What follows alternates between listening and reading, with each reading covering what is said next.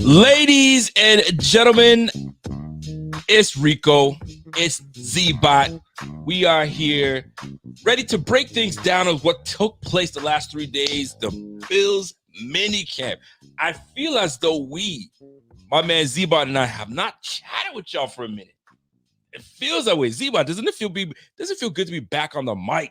It's been a second. Football. It feels phenomenal. It feels phenomenal to be back with you, brother. I miss you. Great to be back with everybody here. 86 days away from mother effing kick. Hey. In the Ralph. Hey. We got the mini camp in the books. Training camp right around the corner. It's heating up. Very exciting stuff. And it feels good to be back behind the mic, baby, for sure. It does feel good, man. I miss you too, man. You were quite busy yourself. You had a Royal Rumble of a bachelor party that the people have not heard anything of, and we didn't hear. We were trying to put a BPA out for you. Like, what's going on? Was he alive? Did he have a good time? Talk to us. How was the bachelor party of the century? Freaking 47 guys going to a party. My gosh, I don't get it.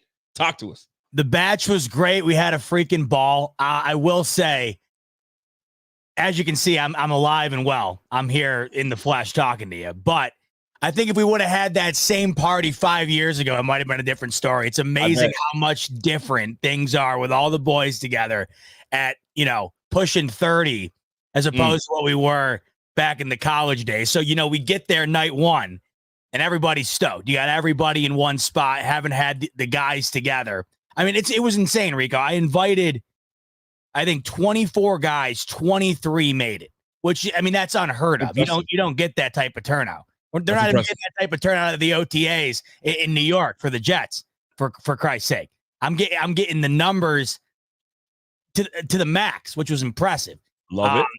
And so everybody gets there night one, and of course, you just go full throttle right when you show up. Then you get to Saturday, and it's like, oh my God. So I will say we made the most of what we were able to muster day two, but night one was a blast. But more than anything, just having everybody in a spot, hanging out, which is exactly what I wanted. It's exactly what I got. The house was awesome up in Ellicottville. Man, I'd love to spend some more time up there. Place is awesome. It's mostly a ski town, so a winter type town, but that place was rocking all weekend. Beautiful little town. I highly recommend hanging out there if you're looking for a weekend, but we had the whole place. It was a literal ski lodge where each room you could rent out, I believe, come wintertime during ski season. We had the whole place, which was just awesome. It had everything, the pool, the hot tub, and everything in between. An awesome man cave garage with all these different games and stuff. So we had a ball. We survived, and the batch party is in the books with no lost soldiers that came. Everybody came, and they went. Safe and sound. Yes, exactly. Listen, it's to get people together in the first place is super difficult. The older we get, the busier we are. And here you are having 20 plus dudes show up, and first night y'all go ham. Yeah. Goes to show you, man, when you hit 30, bro, this thing's different. Yet mentally, you still feel like you're a 22-year-old. Yo, we can go ham. Oh, but yeah. Your body's like, chill out, bro. Time out. We can't do that. We can't take that to the head like that. We got to chill out. So you made it. You're alive. Your boys are there. How was the meals? Because that's trying to feed 27 cats out there. That's crazy. It was a ball. So my dad, for the most part, locked down the grill. He was chefing up for the majority of the time. We bought a ton of just grill stuff, which was great. But one of the funniest parts of the whole weekend. So my buddy from home, one of my best friends for a very long time, he's the proclaimed chef of the group. We've always had him as the guy who's going to be whipping up the eats. Yep. And he was talking a big game about what he was going to bring and what he was going to do and this and that. And as it got closer, the list of what he was going to prepare, what he was going to bring, it was starting to diminish a little bit by little bit, right? Which is fine. Because I didn't ask him to do anything to begin with. I left it up to him what he wanted to do. Started scaling back a little bit. So finally, it got to the point where I'm like, hey, you know what? We're getting all this stuff to begin with. Don't worry about it. if you want to do one thing, do one thing, but if not, no worries. He's like, all right, you know what? I'm gonna do the potatoes. I want to do breakfast potatoes. Right. This is what I'm gonna do. Now, knowing him, he doesn't want to eat anything but the best. So I'm expecting he's gonna whip up the best.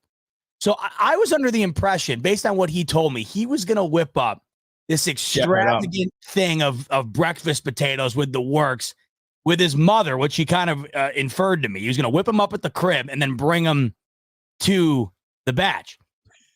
He shows up tater tots with 5 bags of frozen potatoes. Now here's where it gets 10 times funnier. I'm in the kitchen, multiple times throughout night 1, and I keep walking by 4 random cans of cream of chicken. You're done. Everybody who comes by me, it was a running joke. Everybody who I wound up walking by in the kitchen, I would go up to him. I go, hey, I forgot to thank you. I can't thank you enough for bringing that cream of chicken. I don't know what we would have done without. No one know where the hell it came from, right?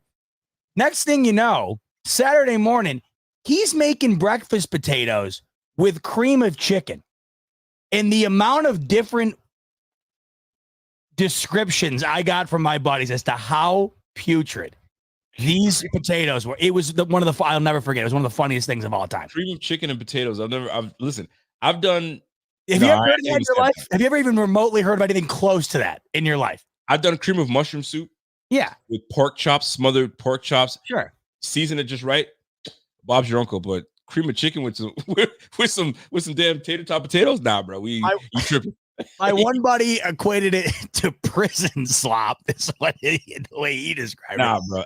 My dad said it was the equivalent of taking potato salad, leaving it on the back porch in the baking sun for about 8 hours, and then serving it.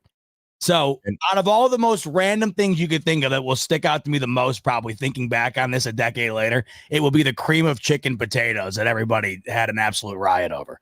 Listen, all that matters is you got all your dudes together. Yes. Y'all had memories. Y'all took pictures. Y'all had a great time. I'm happy you're back. I'm happy we are back to talk football. Yes. Man, where do we begin? I know Do we go around the league? NFL news? Are we in? Oh, we're going to be doing all of that. We got a lot to talk about for sure. There's a ton of stuff going on. The money being spent at a variety of different positions around the league is getting astronomical.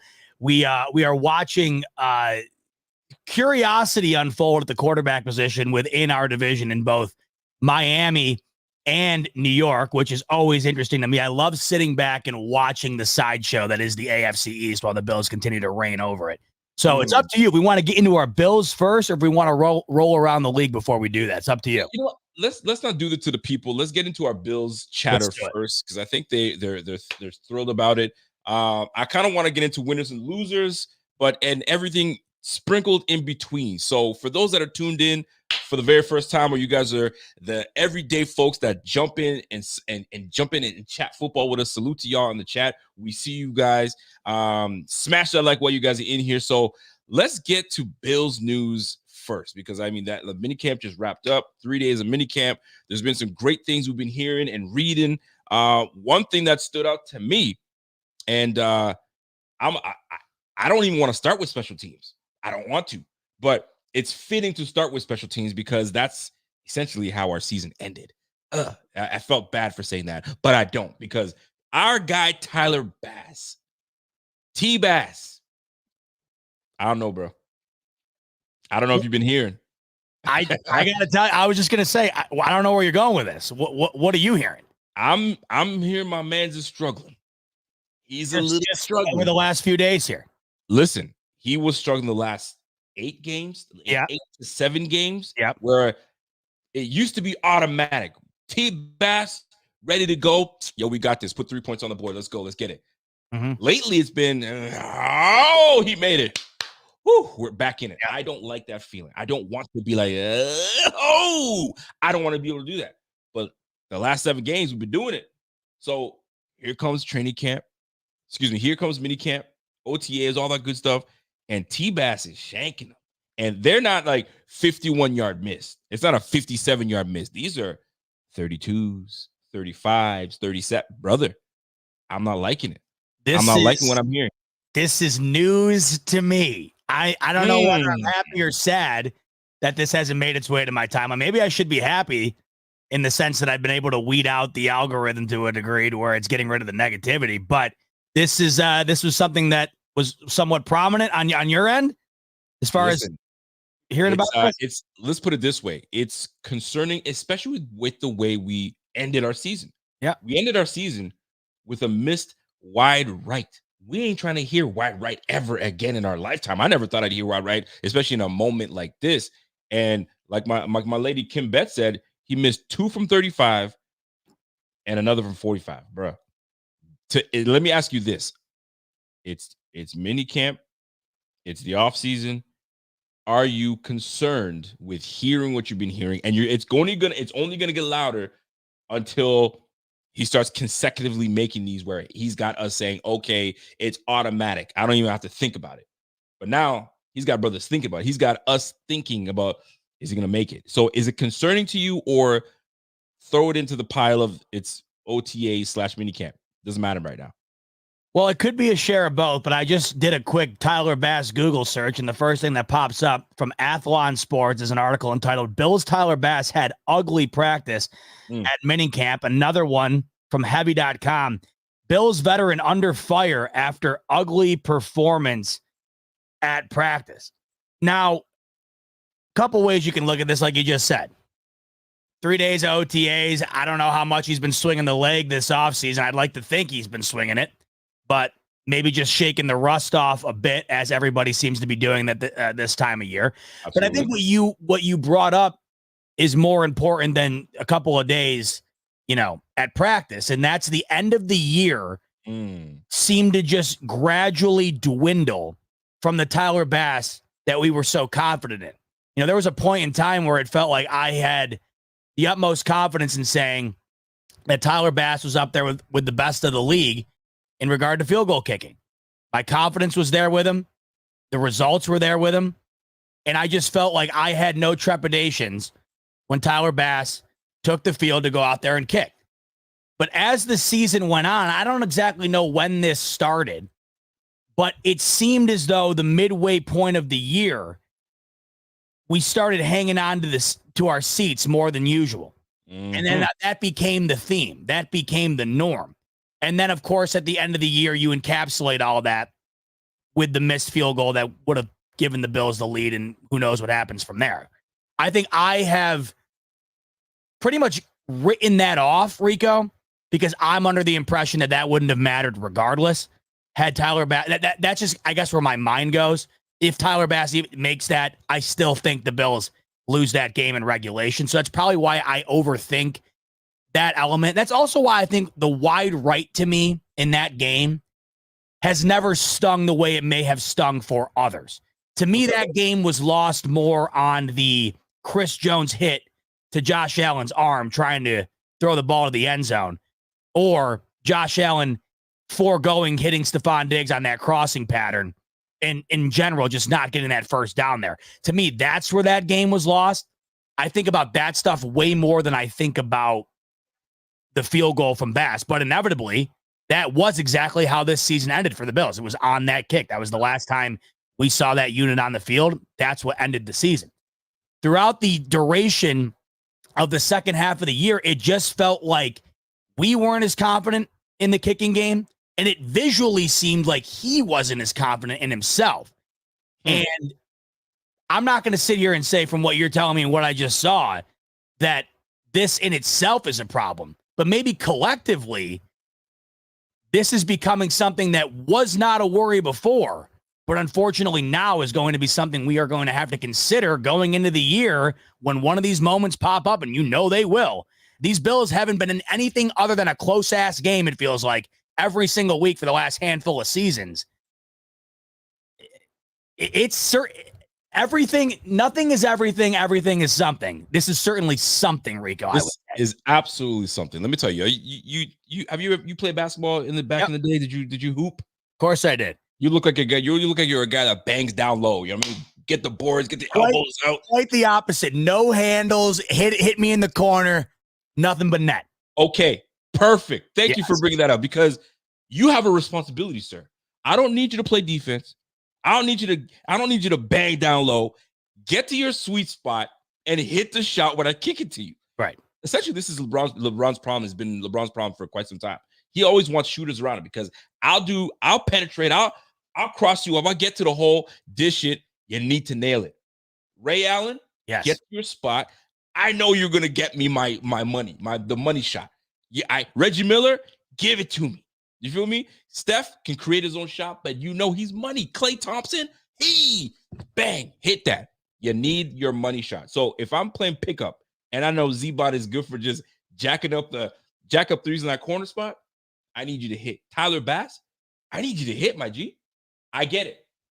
You can't. It's hard to get into a rhythm because if your squad is not moving the ball and it's not doing what they, but we do move the ball. We're one of the better offenses in the game. You started to struggle down in the stretch, and now it's like I don't know if I trust you, so I'm gonna go for it on 4th and something. I don't want to be able to have to get to that point, and we just paid this man, so this is problematic. And going back to what Tyler Bass has been doing in the last little bit, well, we drafted him in 2020. And 2020, dude, he came out guns a-blazing. Yeah. He was 7th in field goal attempts. He was 28th, he was 9th in field goals made. He was 2nd in PAT attempts, and he was second, tied for 2nd in PATs made. That boy was doing it. Let's go to 2021. The trend somewhat continued. 14th in field goal attempts. He was 12th in field goals made. He went 28 for 32, missed 4 field goals that year. 51 PAT attempts for 51 PAT made. He went 100% in PAT attempts and made. Hey, we like that. 2022. Now we're starting to see, okay, he got his money. He's a kicker for the long run. 18th in field goal attempts. He went 27 for 37, 50 for 48 in PATs. 2023. Rough year for my guy. 24 for 29. He was 5th in field goal attempts, 4th in field goal, and now you end the league. You end the season with questionably one of those misses that make people going to say, "Yo, are we trying to bring this brother back?" Because I've seen this being discussed amongst Bills fans. I don't know if I'm ready to have the trust back in this guy. I mean, should we start bringing him some competition? But then the flip side. If you're on the corner spot and I'm dishing you the ball and I'm not giving it to you right where you need it, right here, so you can pop and go. Instead, you're catching it down here, having to reset yourself. The holder makes a difference.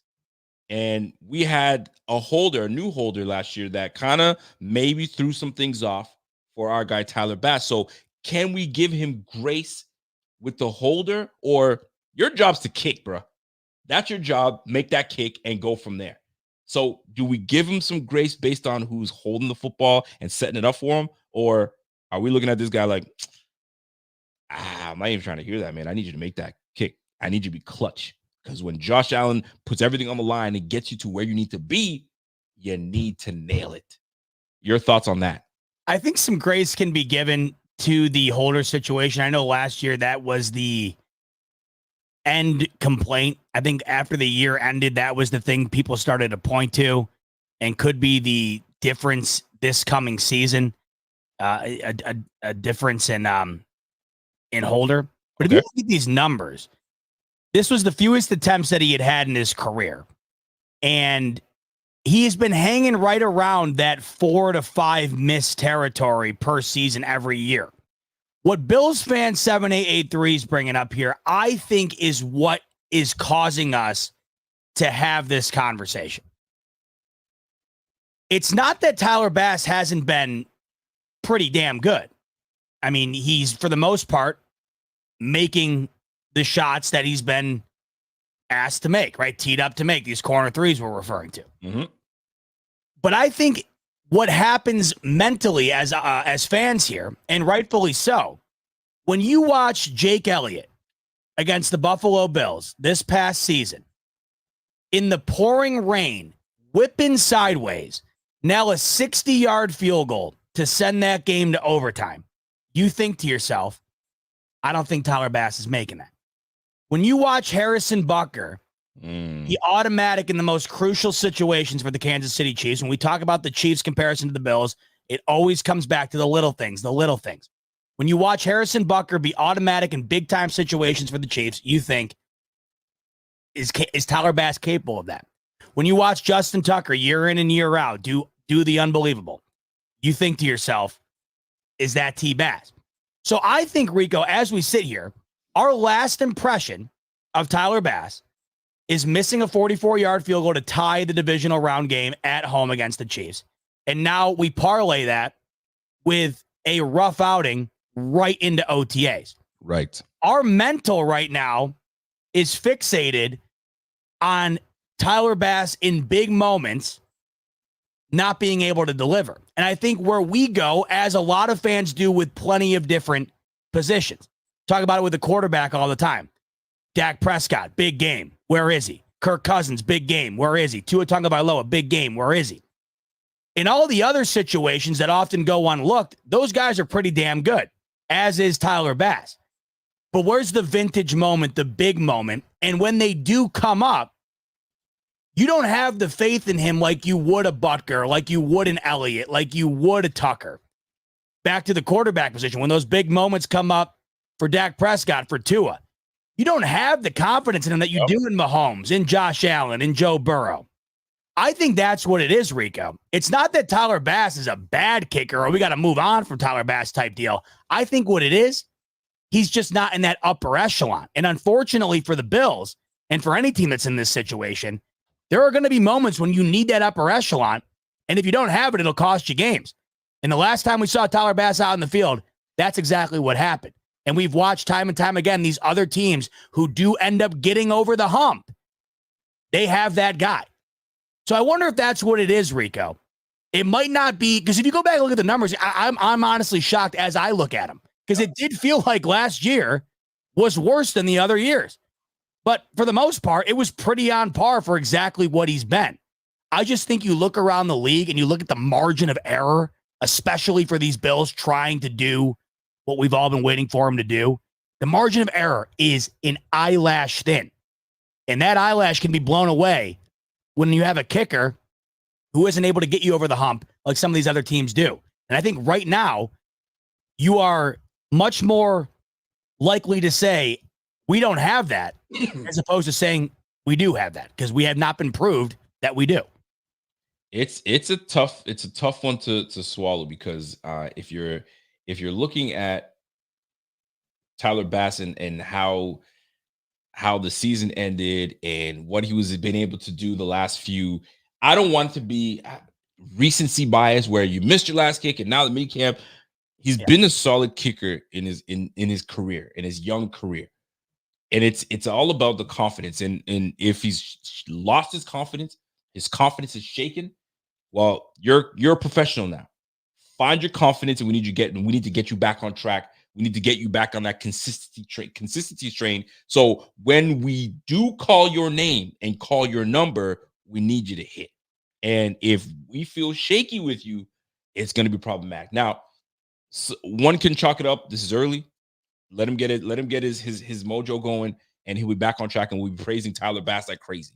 But what's the last taste in the mouth was him missing that wide right kick, and it's tough. It's tough to kind of get over that, especially now hearing, oh, he's missed 3 of 7. You know what I'm saying? So it's like, what? You're kidding me. And when you're sitting here looking at this team and what we're going to need a lot of Tyler Bass this year, because we don't know what kind of offense that's going to be put out. Yes, we got our guy Josh Allen, but we don't have Stephon Diggs. We don't got Gabe Davis, right? So this is a new-ish offense. So will we be as potent as we were last year? Well, if we're not, we better get into zone so Tyler Bass can get us on the board. But if we don't have the confidence, my brother, we're going to have some issues. So Tyler Bass, it is early. I don't want to get on him too much, but there is some concern to be had, especially with him missing. No pressure on you. You know what I'm saying? And you missing this stuff. There's no 60,000 people watching you, bro. You're just in front of a couple of reporters and a couple of your teammates, bro. I need you to nail this. But the holder has something to do with this as well. So find the holder that makes the most sense. Apparently, there's a punter palooza going on right now. There's a punting battle happening. So maybe Matt Hawk coming back, because remember we saw Matt Hawk back. That's the name. Yep. So that's where, okay, maybe they prefer Matt Hawk holding the football for our guy, but they don't prefer him kicking it because Matt Hawk sucks at punting that football. Martin was that guy. So we will see how this all plays out. I think it plays out positively. You know what's interesting? I'm just looking at last year's stats. For starters, if you go to the NFL.com field goal page for last year's statistics, you have to click the next page to get to Tyler Bass's number. When you click on field goal percentage from last year and it lines up all the guys, you have to click next to get to the second page for Tyler Bass to show up. When you're looking at the guys that are sub 90 last year, it's crazy the amount of them that are on field goal team or that are on playoff teams. Kaimi Fairbairn, Texans, playoff team, right? Aubrey, playoff team. Harrison Bucker, of course. Chris Boswell, McLaughlin, right? There's a ton of guys on here who are in the high 90s, low 90s or whatever on playoff teams. So we all know the margin of error, especially as of late, has never been smaller. And it's no secret that a lot of these playoff teams have guys that are towards the higher end of the kicking percentage. What's concerning is if you hit the next page and you go over to where Tyler Bass is, grouped around a bunch of guys where you're not loving it. You're not loving it. I mean, right now, Tyler Bass is around, if we're just basing it on the numbers here, past the halfway point of the league in terms of field goal percentage from last season.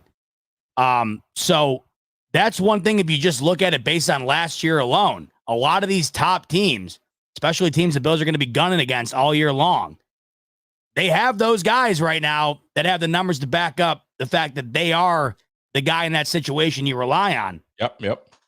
Bass, as it stands right now, not in that category. And just to put a button in this whole Bass situation, and I know the topic was big kicks and big moments, right? So that Giants game that was unnecessarily close. Bass went 0 for 2 that game. The very next game, he went 0 for 2 that game, and we won 14-9. And we should have lost. The very next game against New England, we should have lost that game. You're right. Against New England, he went 1 for 2, and this is not a bashing Bass moment. It really isn't. We're just me stay in the facts, right? Then he went on a run of hitting 1 for 1, and then against Denver, we lost that game, but we had no attempts, no field goal attempts, just PATs. He made both his PATs. Then we went against the Jets. We won 32-6. He went 4 for 4 field goals. Then against Philly, we lost 37-34 in overtime. He went 2 for 4 that game. So, and like I just mentioned, in the difference in that game, Jake Elliott hit a 60-yarder at the expiration of regulation in a monsoon. Clutch. There's levels to this. And, I remember growing up, and when Sebastian Janikowski came out and nailed a 50-yarder, it was time to get everybody from the kitchen who wasn't watching to pile in the living room so you could talk about the fact that the guy just nailed a 50-yarder. Now it's routine. I mean, that needs to be in your arsenal weekly. And look at those numbers. Playoff 12 for 17.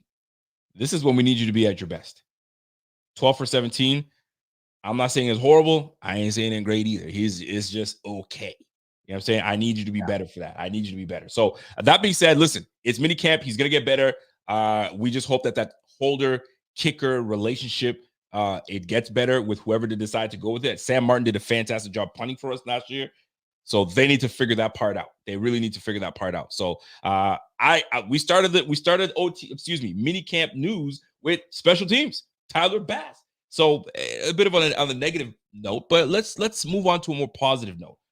Have you been reading and seeing who's been moving up the popularity ranks among in minicamp? Who you think we talk about? Well, there's some names on there that are intriguing. For sure. One name that is quite interesting is the fact that Damar Hamlin has looked incredibly potent during OTAs here. Love to see that. Hamlin. Yeah, that to me was one name that I heard Sean McDermott talking about, where you're not expecting to hear that name come up, and it does. There was a variety of things throughout this past week that really got you excited. That could be one. That's for sure. But the amount of praise given to Matt Milano coming back, that's one thing that really stands out to me. The leadership of Josh Allen starting to evolve, that was something that stood out to me. I think there was a variety of things that stood out this past week that get you excited, especially the health returning for these Bills at some point. That is definitely the biggest aspect of this team that has to get right. And that starts, of course, on the defensive side of the ball more than anything, because it was absolutely depleted last year. But yeah, there's been some names that you weren't expecting. I would say Damar Hamlin among all of them might be the one that I was least expecting to be a topic of conversation from OTAs. How about yourself? I'm surprised that you went with Damar Hamlin. Although Damar Hamlin I've been hearing some good things. He's looking more like himself. And before the whole situation, I mean, we'll talk a little bit about Damar Hamlin here, but before the whole, cardiac heart situation, damn near dying on the field, he wasn't a bad depth player, and he had some moments where he was kind of iffy in coverage and so on and so forth, but he was always a willing tackler. He was a willing tackler while he was at Pitt. He was a willing tackler in Buffalo. Awkward moment, obviously, but hopefully all that stuff has passed him, and he starts to carve out himself a role for safety number 4.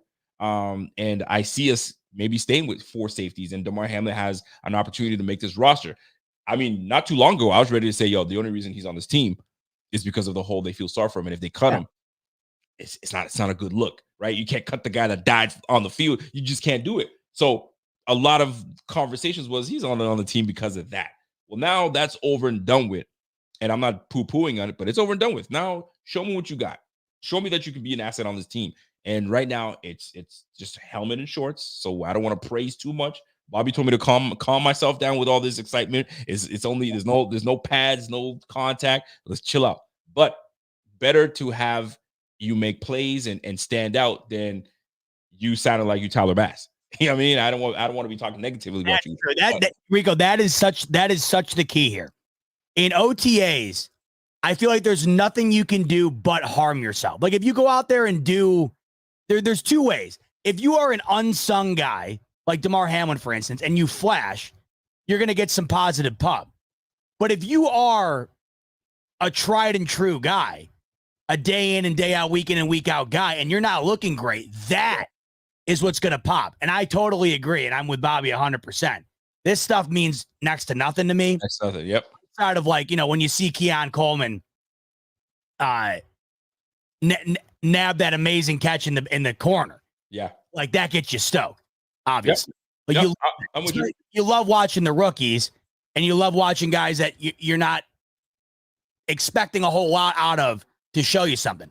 But it's those things like what you just said. It gives you an ample amount of opportunity in no pads, in shorts and a shirt to kind of hinder how you look as opposed to raise it up. Absolutely. So that's kind of why I like to not give it a ton of credence, but it is fun to watch the guys who are new or have something to prove shine a little bit over these couple of days. I got you. So speaking of shining these last couple of days, Kaiir Elam has been putting in some work. And I don't know if it's the new DB coach that he once knew back in college. I don't know if it's because he's turned back to his old college number. Sometimes those things matter. Dion used to say, man, you look good, you play good. Listen, if I have an awkward number, I remember when I played Team Canada football. Yeah, I'm gloating a little bit. When I played a little Team Canada football, I wanted a sexy number. You know what I mean? I used to rock with number 1. You know what I'm saying, and I mean, when you nice like that, you have those ability to rock that number, but it's great responsibility when you have a number like number 1. So I used to rock those little sexy numbers. They gave me number 39. I was like, ooh, Steven Jackson? Okay, I suppose. And I had to kind of get used to having number 39. I ended up embracing it, but it wasn't a sexy number. So it kind of made me kind of okay. But you know what I mean, once I started to embrace myself, I was good. So Kaiir Elam going back to his college number, hey man, we might a little see something. But the biggest thing is Kaiir has gained his confidence. He's gained his confidence. Now we're going into year 3 with Kaiir. We've seen him make plays in game, in the playoffs, but then there's been inconsistency. Obviously, he felt an injury last year, so he wasn't quite himself in the middle of the season. Came back, had a pretty decent outing against the Pittsburgh Steelers, big time interception, but he's making plays in minicamp. he picked off Josh Allen. Now, granted, from what I understand, how this interception took place was he was in the hip pocket of Keon Coleman. Keon Coleman must have tripped and stumbled and was out of position and couldn't make a play on it. And Kyle Elam was like, "Thank you very much," in tow. Now, what I love about this situation is it could have been easily Keon Coleman fell because Kyle Elam was holding him and yanked him down. Here we go again. Kyle Elam doing the same thing like he used to, keep holding. It's not the case. He's making plays. So, what say you on hearing this type of news, this positive news on a player that was scrutinized from the very beginning, where people were saying we overdrafted, he wasn't as good as he was supposed. That's not the guy the Bills wanted. And when you did bring him on the team, he got beat out to the point where they were trying to label him a bust. And I probably was one of them saying, he's on that category. He might be on there. But the beautiful thing about OTAs, the beautiful thing about minicamp, the beautiful thing about off seasons and development, you get better. So what say you on hearing this news on our guy Kyle Elam moving up the ranks per se and really showing out and having Sean McDermott praising him and just saying, yeah, after the interception, and they're all patting him and getting hyped up. How do you feel about this news? I say this is what we should be hearing from Kyle Elam, because we've been saying it. This is the year. It's this year or what? Because with the depletion of the veteran leadership in this secondary, with the revolving door that was this defense last year when it came to injury, with the fact that you are a first-round draft pick who was chosen after the Kansas City Chiefs went and picked the same position right in front of the Bills and have an all-pro out of that in Trent McDuffie. Mm-hmm. Meanwhile, Kyle Elam has barely seen the field. This is what we should be hearing. This is Kyle Elam's year. And he's set up for success, right? You have Rasul Douglas, who came in last season. Nobody expected anything. And my God, what could you have gotten more out of Rasul Douglas than what the Bills got last year? Not only that, though, you have a solid veteran leadership out of Rasul Douglas at that position that this team sorely needs moving forward with the amount of leadership that they have lost in the span of a couple of months here. You have that. Bobby Babbage, as it seems based on how everybody's talking about him recently, has been getting on these guys in the best way possible, getting the most out of these guys. Loving them. I don't know if you heard what Terrell Bernard had to say, but it basically seems like Bobby Babbage is in there right now proving he's worthy of this upgrade to defensive coordinator. And I think everybody on that defense is going to be getting the most out of them because Bobby Babbage has something to prove here. So you have that. You have the addition of the D-back coach in which he's worked with in the past, as you mentioned, on his side as well. You got a lot of things clicking in the right direction here for Kyle Elam, not to mention the fact that he's going to be getting more burn inevitably because of the openings that are going to be available to him for playing time. This is his year. And as much as we want to kind of ignore the negatives you see in OTAs, you have to take the grain of salt, of course, with the positives as well. But when you hear something like this, I want it to get to the point where it's not a shocker that we're talking positively about Kyle Elam. We've seen flashes from him where you think to yourself, okay, if this could be a bit more consistent, we might have something here. But the fact that we're going into year 3 and we're still talking that way about a first-round draft pick is concerning. This has to be the year. So the fact that we're getting off to a hot start here in OT or in minicamp here, Rico, that's definitely a positive. And I look at all the things surrounding him right now. You could argue that it's setting him up for success at the most crucial time. And I feel like above anything else, the Rasul Douglas veteran leadership, Bobby Babbage really trying to get the most out of these guys, opportunities opening up for Kyle Elam. Above all of these, he's got to be realizing going into year 3 here, this is the time in which I'm going to be able to solidify the rest of my NFL career here. I'm going to be able to dictate this season how the rest of my career is going to go. If he balls out this year, nobody's going to give a damn about the last 2 years. If he steps in with the departure of Jordan Poyer and Tre'Davious White, goes into this secondary and solidifies himself as one of the cornerstones of this defense, nobody's going to give a damn that they drafted him in the first round a couple of years ago and it hasn't really shown itself up until now. Nobody's going to care. This year, he can essentially right all the wrongs that have been written about him up until this point so long as he goes out there in a defense that sets everybody up for success, Rico. Who does not succeed in Sean McDermott's defense? Like I refer to it all the time. Last year was the YMCA boys out there leading this team to victory on the defensive side of the ball week in and week out. You never even knew who was going to be in from week in and week out. This defense is constantly set up for success by Sean McDermott, no matter who's in there. So everything's ticking in the right direction for him. And I think the added motivation for him to have to get it right this year bodes well for us. This is the year, Rico, for Kaiir Elam, where he can dictate how his career is going to go. I mean, think about it from a personal perspective. Think about having that opportunity. You got a fork in the road here, essentially, Rico. You go one of two ways here. Year 3, you can eliminate essentially what happened 2 years prior to this and really set yourself up for a hell of a career. This is going to be the year for him to do it. And Rico, he's going to have the opportunity to do it. Will he cash in? That's going to be what we will he cash in is a really good question, but where can he cash in? Right now, you're set up as cornerback 3. And not that cornerback 3 doesn't get any opportunity to play. You know he's going to be in there. I mean, you just know. Play. He's going to play, especially because we're going to need his specialty. He's a man-to-man guy, primarily a man-to-man guy. So there will be a matchup where we do not like this matchup against Rasul Douglas. We don't like this matchup against Christian Bedford.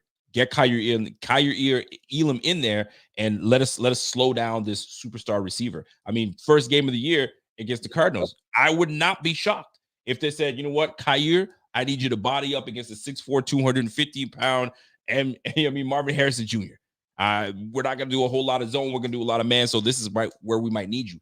McDermott is like that. McDermott will change the game plan and say, this is what we're doing. Now, I'm not saying this is going to happen, but that's a possibility. But one thing to kind of keep in mind as well is minicamp. And we both know this, but my man Walter put a great point up. He says, how much of Elam winning is him having an advantage against receivers that still aren't comfortable with their assignments? I haven't given up on him by any stretch, is what he's saying, but the OTA stuff means very little to him. And in a way, he has a point. But I can also rebuttal and say it's running routes at this point. I need to beat you. I need to get the chemistry between the chemistry between receiver and Josh Allen. That's a whole nother ballgame, but my route has to be better than your coverage. And that's what it comes down to. And Kaiir Elam seems to be getting comfortable. And his problem was always holding, not trusting his abilities. Seems like he's trusting his abilities, and it's showing up in camp and showing up to the coaches, and the coaches like that. So, like you said, he will have his opportunity. Will he cash in? And furthermore, does he end up being the guy that can make the Bills, I don't want to say forget about Rasul Douglas. Rasul Douglas is 30, I believe. Going to be 31 around that age. I think he's 30 to turning 30.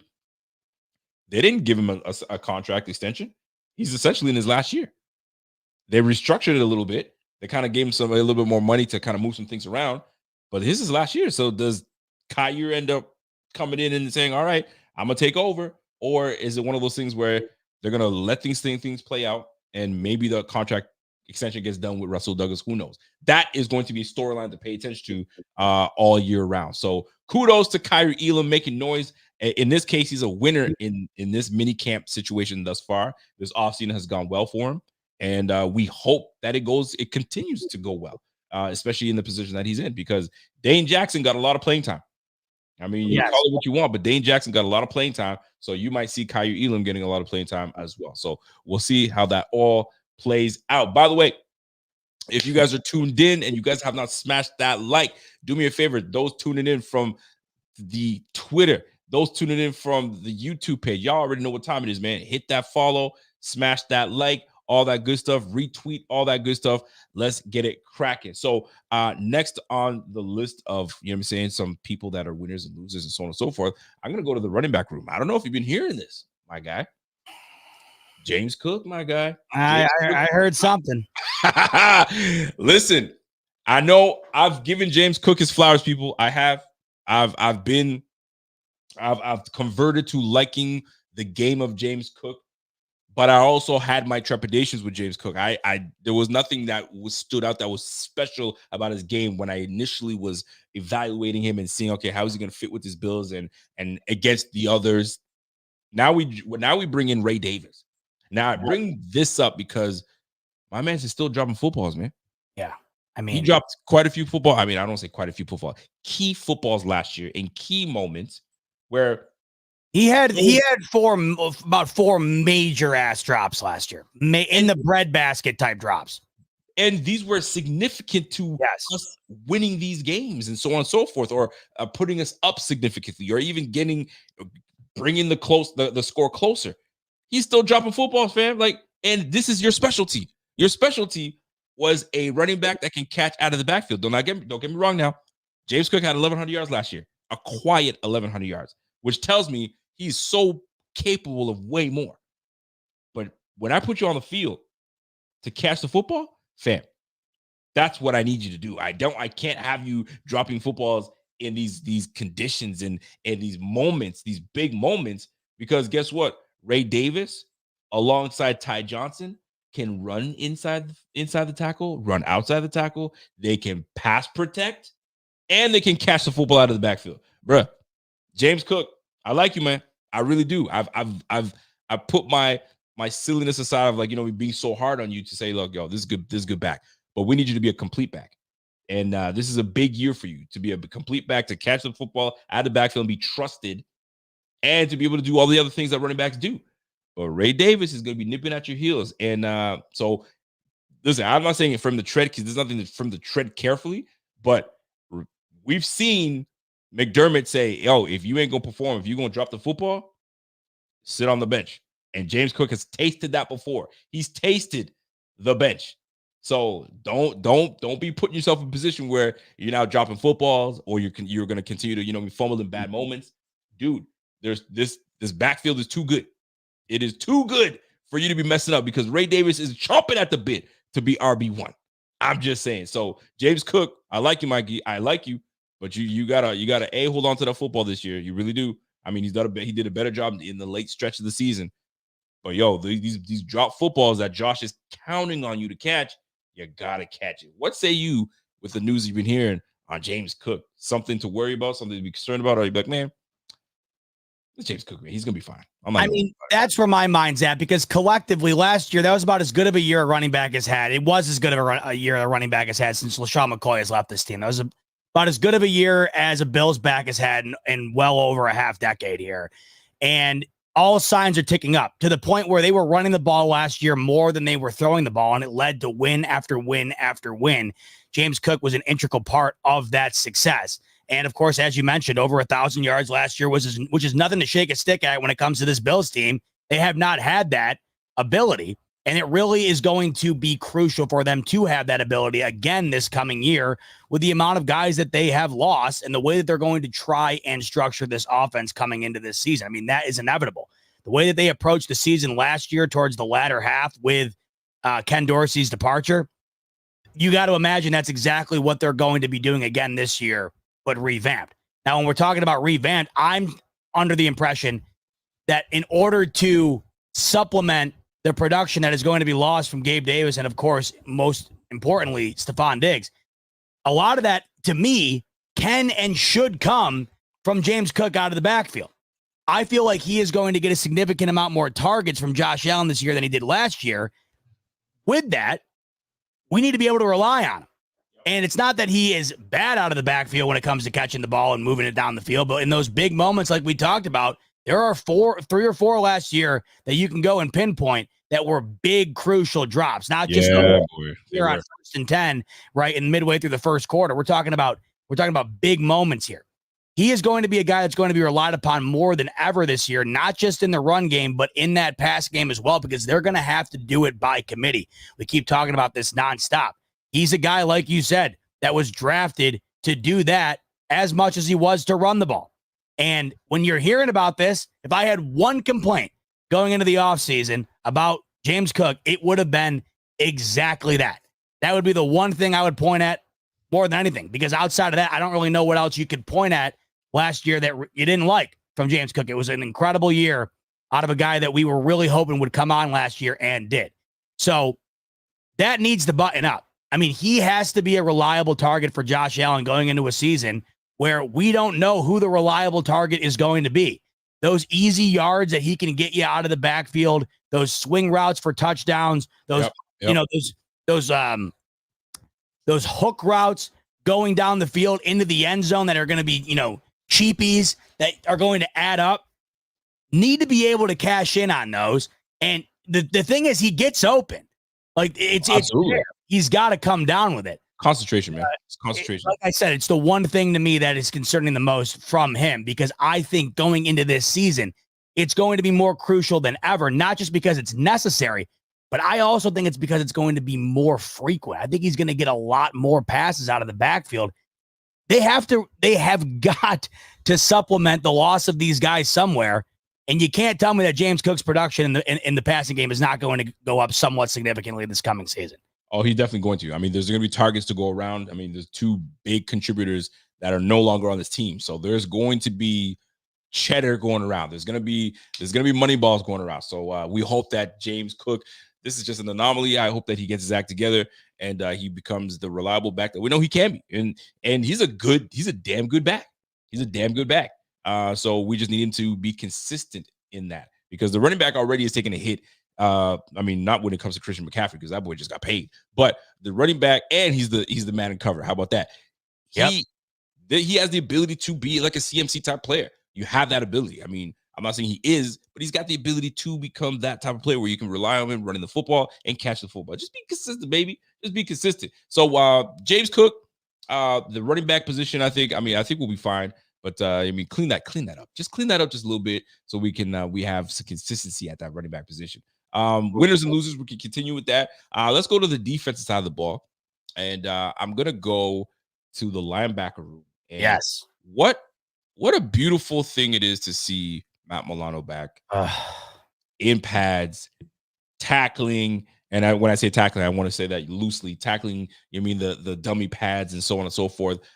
Good to see Matt Milano back alongside, obviously, Terrell Bernard. How are you as excited? I mean, you've got to be excited. We've talked about this before, but it's just good to see Matt Milano back. And we want to get our guy TD on here. And I'm not talking about TD Fins. I'm talking about our guy, the Thigh Doc. It's good. We want to get the Thigh Doc out here. We'll have TD on when Tua signs that max. Don't you worry. I have the appointment with TD to make sure that absolutely will. He'll be thrilled about it. But it's really good to see Matt Milano back healthy, looking healthy. And listen, man, this guy looks yoked. He looks absolutely yoked. I'm absolutely thrilled to see Matt Milano back. It's great. But the only thing that sucks too is, fam, losers in this whole situation is the injuries we have all over this place. I don't know if you've been noticing. That's a lot. The litany of injuries, and a majority of them are the linebacker position. Like, what is going on? So I'm hoping. I mean, listen, these next 6 weeks that these guys are off, 5 weeks, give or take. I'm hoping that these guys get healthy. I mean, Balen Spector out. I think Nicholas Moreau nursing some injuries. I mean, we need guys to be healthy, for crying out loud. I don't know what's going on. This is minicamp. You're supposed to come in freaking healthy as ever. But here we are. I mean, nursing all these injuries. So hopefully our guy Thadok can join us and talk on some injuries. But he seems pretty, based on what he's been tweeting out there, he seems pretty confident in what these boys have been able to put out there. Sticking to the defense, Von Miller is looking jacked up. I don't know if you've Speaking of the thigh dog, you see those thighs the other day? Let me go look. Thigh dog. I mean, I'm not sure if he didn't have to call an ambulance after seeing those. Probably passed right the hell out. While you're looking that up, though, I just want to say, back to Matt Milano, and I have no problem saying this. Outside of Josh Allen, there is nobody that makes me more confident or less confident when it comes to being on the field and then not being on the field, and then that relation to how I feel about the team going into an individual week. When Matt Milano's on the field, my confidence level in this team overall is dramatically higher. And you pair that together with Terrell Bernard, who himself, when speaking to the media, said just how much more confident he feels. He was talking about what's it like being out there with Milano. And the one thing he said is just, it's confidence. It's a confidence booster. Not just the play from Milano, but the fact that Terrell Bernard can feed off of that. And how many times have you and I said this, Rico, that beginning of the season last year before it all went to hell injury-wise, they were on pace to take over the league at the linebacker position. It was unbelievable what they were doing as a duo to kick the year off through the first 4 weeks. The thought of having that back out there has me beyond excited. And Matt Milano, to me, I know not everybody feels this way, but Matt Milano, to me, just knowing he's out there, it means a ton to me as far as confidence goes for this team. And when you pair that with Terrell Bernard getting out of him what nobody thought, a lot to be excited about, contingent on the health. And that's the key. But my God, Rico, if they can stay healthy, I just don't know if it gets much better at the linebacker position. I mean, listen. My guy Walter said, "Are we finally going to get a full season out of Milano?" And we hope to get that. We hope to get a full season out of Milano. We hope to get a full season out of our guy Von Miller. Look at the tree trunks on this brother right here, dude. So, I mean, aesthetically looks great. He looks like he might be in great shape to get back on track. And during practice, man, I mean, he's beating guys. He's getting sacks. What I love to hear. So he's getting that. The motor skills back. So Von Miller can, I mean, at age 35, can give us something. I said it before and I'm gonna say it again. If he can give us 7 to 10, 11 sacks, bro, that's a win. That's NFL comeback player of the year. Here's where you got to start there. He didn't even have 7 tackles last year. What I want true is if he's looking this good, right? If we can just get him for what we got, if we can get out of him what we got him for, if Greg Rousseau, Ed Oliver, Epinesa, right, if they can carry the load throughout the season, and Von Miller can come in and give us flashes of prime at the end and then in the playoffs, that's all I'm asking for at this point. So if he can stay healthy, look as good as he does now, and then have that contribute to that type of play on the field, at this point, Rico, that's all I'm asking out of Von Miller. I really don't even give a damn what we really see out of him through the first 8 to 10 weeks or whatever. If we can get a healthy Von Miller in the latter half of the year, coming in and doing what you just said, making impact plays, adding those onto the stat sheet or whatever, or not even on the stat sheet, contributing to the others on that line to collectively add to the stat sheet, that's all I'm asking for at this point, based on what we've gotten out of him and what he has left. And based on what you're looking at right there, he looks like he can do that. So that's all I'm hoping for at this point. I think the expectations are obviously nosedive, but I think that's all you really need out of him anymore. If we can get that at the end of the year, Rico, going into the playoffs, it would be a major upgrade compared to what we had last year based on the injuries that were being dealt with on the defensive side of the ball. Listen, I'm with you. I'm with you on that one here. I got a question for you, boss. Yeah. You're looking at this old line. And obviously you got Deion Dawkins on the left. When Spencer Brown becomes healthy, he will be your right tackle. Then you've got, obviously, Saibo at right guard, Osiris Torrance. And then the questions arise. What do you do at the left guard and center position? I asked this question because, Connor McGovern has taken over as the center. And I don't know if you watch his presser. And one thing that was really cool that he said was, I was out of position, man. They had me playing out of position. Essentially, I'm paraphrasing here. They had me out of position. I'm back to where I belong at the center position. Watch me shine is pretty much what he's going to say. And here I was thinking, but we got Cedric Van Pran Granger.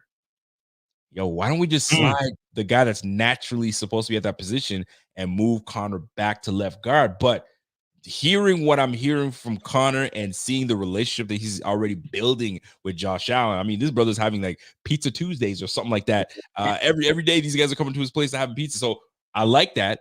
And it looks like he's transitioned well into covering for Mitch Morse and taking on that role, and allows Cedric Van Pran Granger to essentially develop on the side.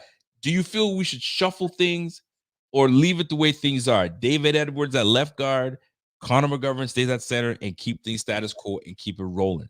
Or are you in the mindset of, dude, get stronger, leave him at left guard in Connor McGovern, and then bring your center, Cedric Van Pran Granger, he's been essentially a center all his career, throw him right in at center naturally, and let's get the best 5 on the field? It's very early to be asking you this question.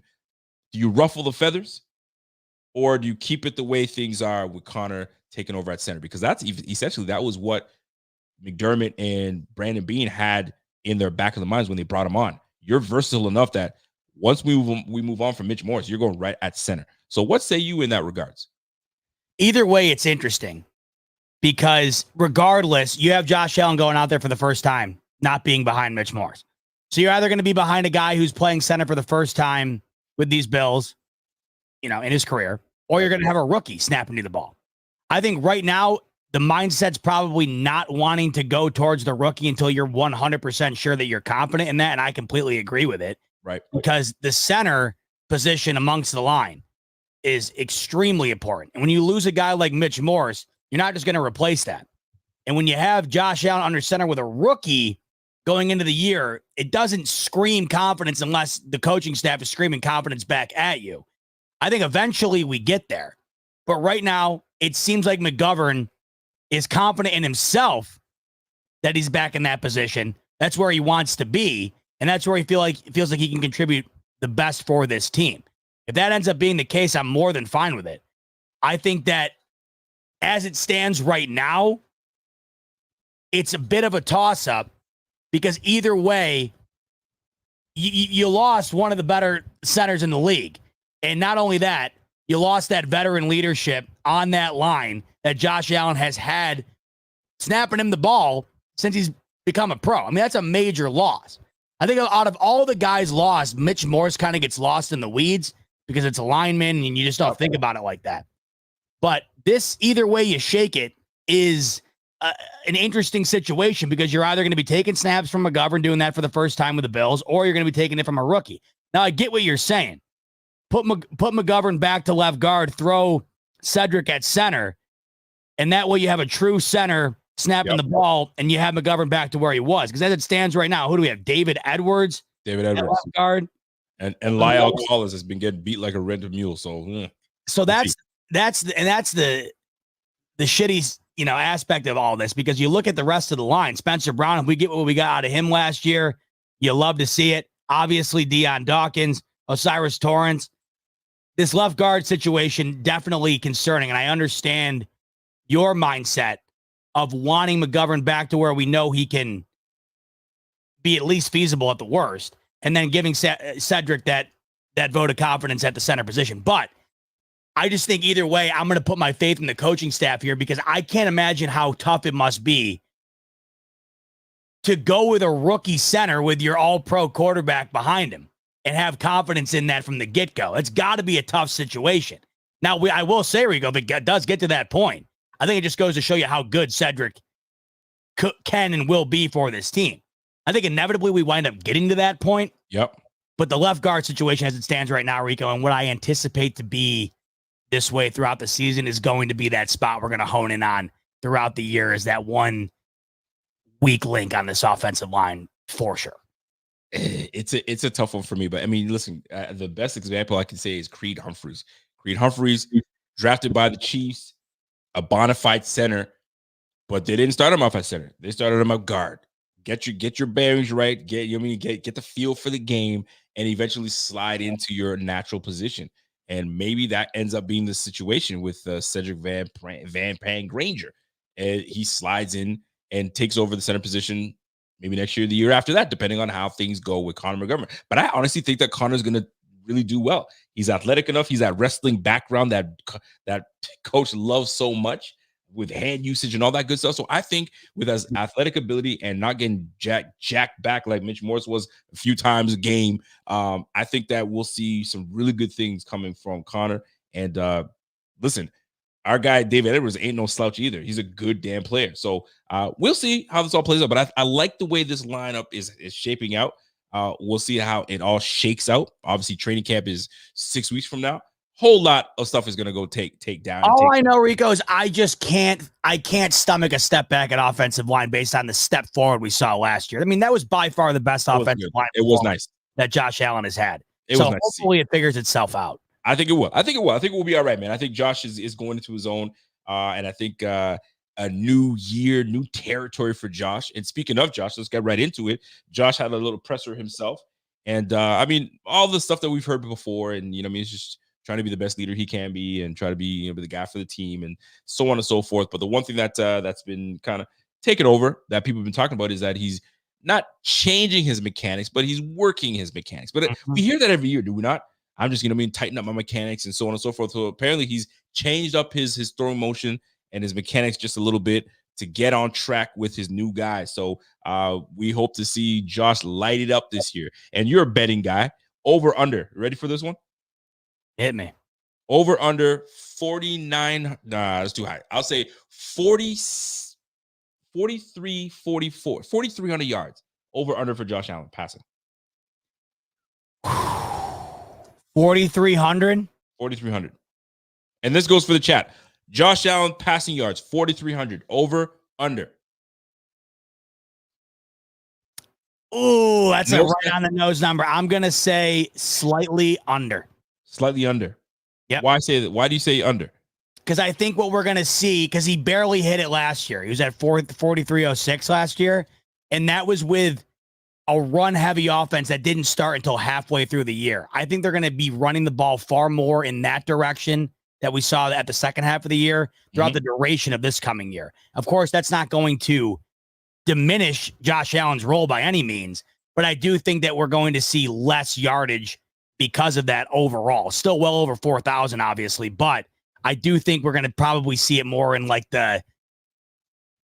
now I would say 4,200-ish. Going to miss that 4,300 by about 100 yards or so would be my guess. So we got some people saying it's over. Of course, it's going to be over. But Kim is saying under. We will run the ball. She's sharing your same sentiments.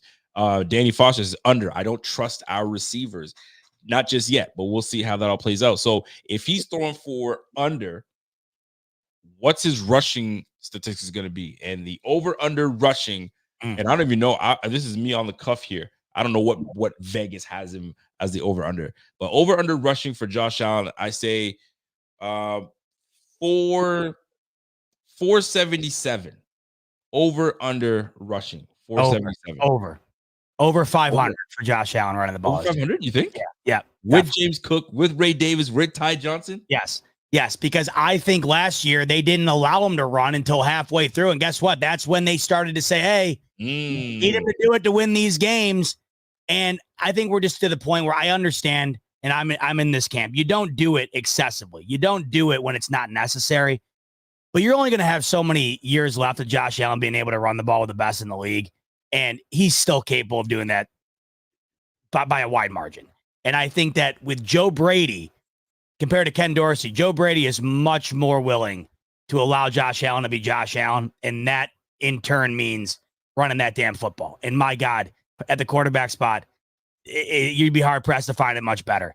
And I think that it's going to be one of those attributes, Rico, that is going to contribute to the overall compilation of supplementing the losses that this offense has endured this offseason. I think, honestly, Rico, you could even argue this year more than ever, it might be the utmost important for Josh Allen to have the ground game going, because they're going to need all different angles in order to really get this offense going in a way that we haven't seen before based on the lack of personnel. So I think this year, definitely see another 500-plus yard rushing performance out of Josh Allen during the season here.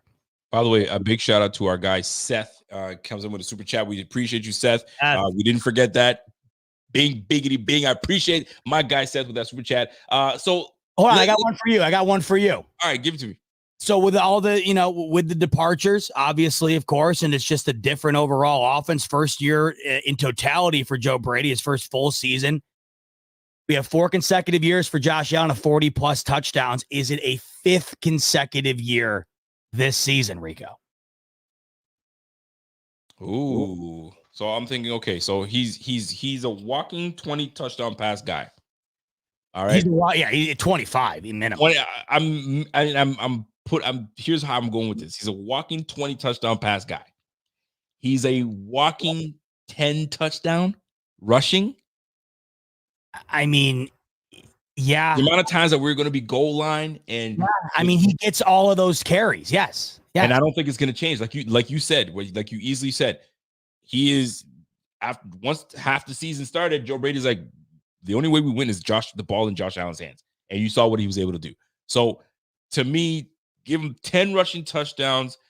He's a walking 20.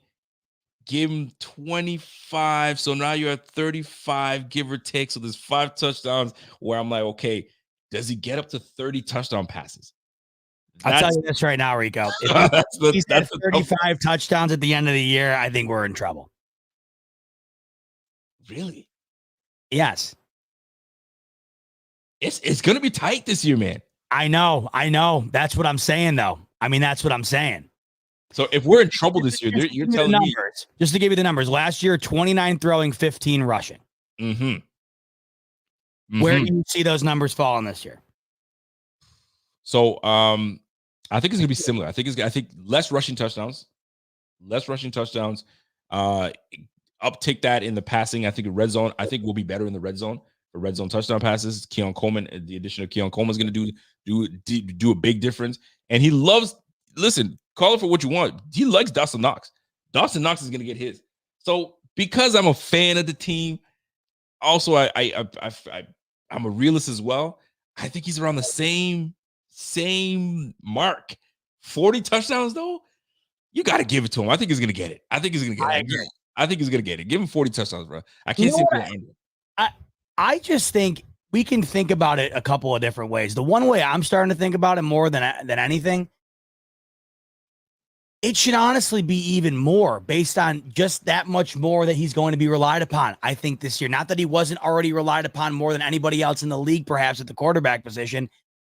You could really make an argument that this year it could bode well for Josh Allen's numbers, not because he's got a wide receiver one, right, or these studs around him, but it's because he's going to have to do more with what he does have around him. Yeah. And I think that, I mean, I know you said that there could be a diminution in the rushing touchdowns. I think he's right there again at 15 or more. I just think that that's going to be a major aspect of this offense. The reason I'm giving him less is because I think they're going to want to distribute the ball more to your Ray Davises, your James Cook, your Ty Johnsons, and then you got Curtis Samuel that's in there that can be, I don't want to call him a gadget. I don't want to say gadget, but he gives you more of just a downfield receiver. He can give you the end arounds and all that good stuff in between. So that's where I think they take away a bit of the rushing. But I mean, shoot, if he gives me 15 rushing touchdowns again, then shoot, let's go. I'll take it all day. Right, how about this? He's been averaging 13 interceptions a year over his 6-year career. 18 last year, by far the most of his career. Yep. How many INTs do you think he throws this year? He's going over 13 again. Okay. Over 13. That's what he does, man. I agree. See, I think about it the same way you do. I don't even care. I don't care. Yeah. It's what he does. Do I want less? Yes. Do I want 18 turnovers? Of course not. Right. But he's going to give you at least over 10. Over 10 interceptions. Oh my God. Dude, if Allen doesn't have 10 picks, something's wrong. I honestly, God, I don't even think I'd be happy with him not having 10. Because if he doesn't have 10, no way. I don't see a world.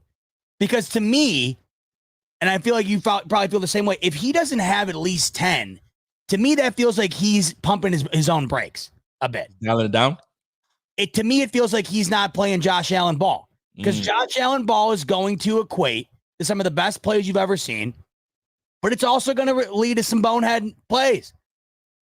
Now, I will say to those thinking under, if you just eliminated the Jets game last year, week 1, where he threw a couple of the worst interceptions I have ever seen at any level. 4 picks that game, or was it 4 turnovers? 3 picks, 4 and a fumble? I can't remember. So there's room to be able to do that. But like you said, Rick, I mean, the way you said it is exactly the way it should be said. It's him. And honestly, I don't have a problem with it so long as it's not. And by the way, he doesn't do it in the playoffs, and he doesn't do it in the big moments. He just doesn't. So I'm going to take the picks when he's trying to get this team down the field as they come, because that's just the way it is. So check this out. So Josh Allen, in his career, that's why I say 10 is not crazy. But also he's got more volume passing now. So let's put it this way. Year 1, 12 picks, 10 touchdowns. He's a rookie. He didn't play the whole year. Understandable, but still kind of wild that he threw 12 picks. Come to think about it. Year 2, threw 9 picks. He went 20 touchdowns, 9 picks. Dude, look at year 3. Look at those year 3 numbers. Year 3, 37 touchdown passes to 10 interceptions. That's broke out. He absolutely broke out. Then he got a little reckless. 15 picks, 14 picks, 18 picks. Bro, he's got to calm down. He's got to calm down a little bit. I expect him to throw 10. Between 10 and 15, I'm okay with. But I also understand when you're a volume passer and you air it out and you're one of the best in the game, you're gonna throw picks. Like, I want to use Joe Burrow as an example. Actually, you know what? Let's use Pat Mahomes because I'm curious to see he's right up there with Allen, and no one wants to say it. Mahomes, over the course of the time in which he's been in the league, and Josh Allen, Mahomes is number 2 in turnovers. Number 2. No one wants to say it. Allen's 1, Mahomes is 2. I mean, and it's because you're going to get the miraculous alongside of it. But go and look at Allen's turnover numbers in the playoffs, or go and look at his numbers when they matter the most, and he doesn't do it. Facts. So that, to me, is all that matters. I'll tell you this. If he can keep it under 15, that's a hell of a year for him. I think 15's the bar to me. 100%. If you can keep that under 15, man, we're laughing. We're in great shape. But listen, 18 picks is wild. 18 picks is absolutely wild. He's got to chill out on that. He absolutely has to chill out. I couldn't agree more. It cannot be 18 again, Rico. Oh my gosh, that's too much. You're just giving at this point, you're just giving the football away. Now, some might say expect those type of numbers because potentially he's forcing the football, or maybe he's not forcing the football. He's taking what the team gives him. Who knows how this is going to play out? Chemistry, lack of chemistry with the player. You were supposed to run this route. You ran that route. I threw it over here, picked off. So there's going to be some growing pains, I'm sure. And as I'm looking at Pat Mahomes' numbers, just as we sit here, year 1 for Pat, I mean, that doesn't count. So when he had that 50 touchdown passes, 12 picks. Good God. The year after that, 26-5, 38-6, 37-13, 41-12, 27-14. So the last 3 years, double-digit interceptions.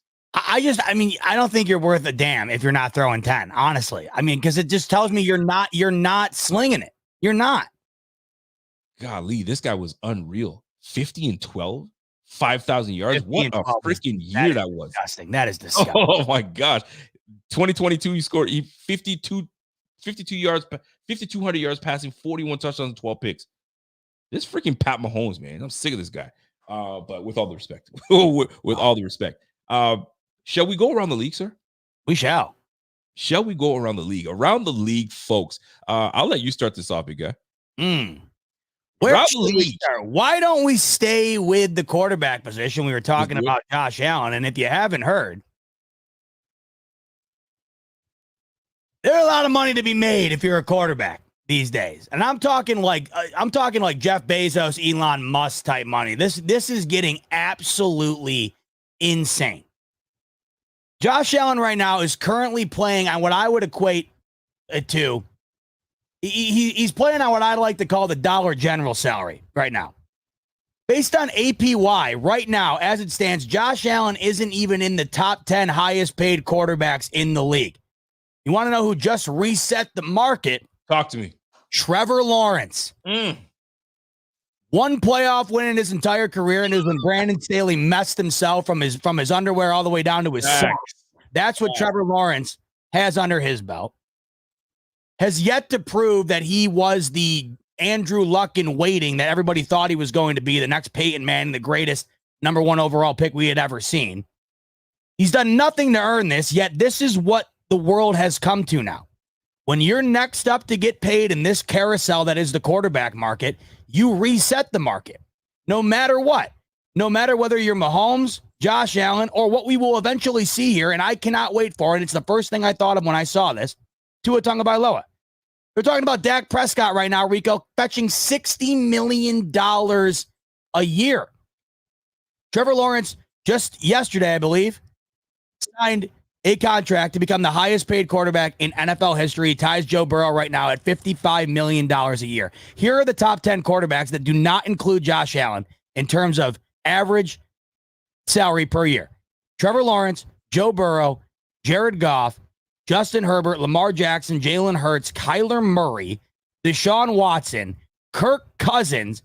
And you want to know who rounds out the top 10? Perhaps maybe the greatest we've ever seen do it when it all comes down to it at the end of the day, at Pat Mahomes. This is getting absolutely insane.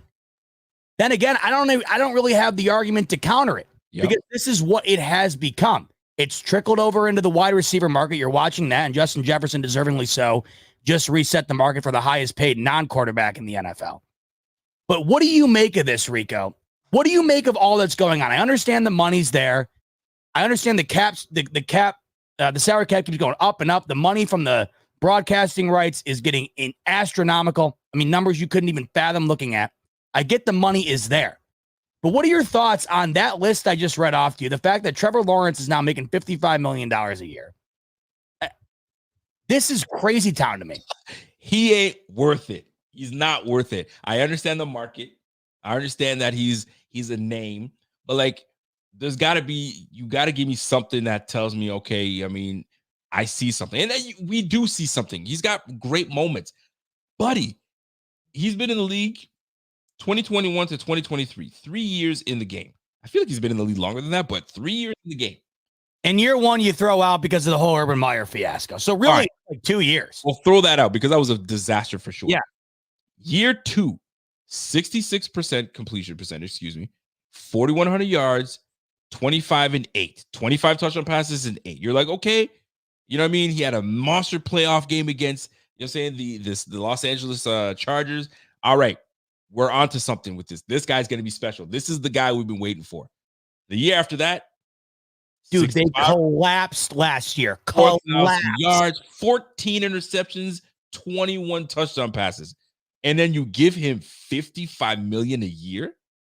But then the question gets posed, what do you do? And that's why, Rico, the only thing I can look at when it comes to this is thank God we have Josh Allen, because I'm telling you, Tua's next up in this pecking order. And they're going to have to do it. This is just, nobody's taking less. Because honest to God, Rico, it just got easier for Tua. You're telling me Tua's agent can't go to Miami and say, hey, what has Tua not done that Trevor Lawrence has done? Absolutely. I mean, it's one thing, playoff win. But to me, like if I'm worth the damn as an agent, I'm saying, let's go back and look at that playoff win. I mean, let's go back and look at it. Was that not the collapse of the century from the Chargers, or was that just an ungodly performance from Trevor Lawrence? Because we haven't seen that again once. Nope. So, dude, that's all insane. I can say is it's never been scarier, Rico, to have a guy that's a guy, but not the guy. Because the guy is getting paid as the guy every single time now. And it's a terrifying time to have a team that is surrounded by that, because you're going to be good enough to compete and be in the mix. I don't know how you're going to be good enough to be an actual contender when the quarterback is not a top 5 guy, but is getting paid as such. And it just keeps happening over and over again. Look at these numbers here, okay? So obviously we know Josh's numbers, all right? Josh is averaging, look at per year, Pat Mahomes obviously signed that $500 million deal at $500 million over 10 years.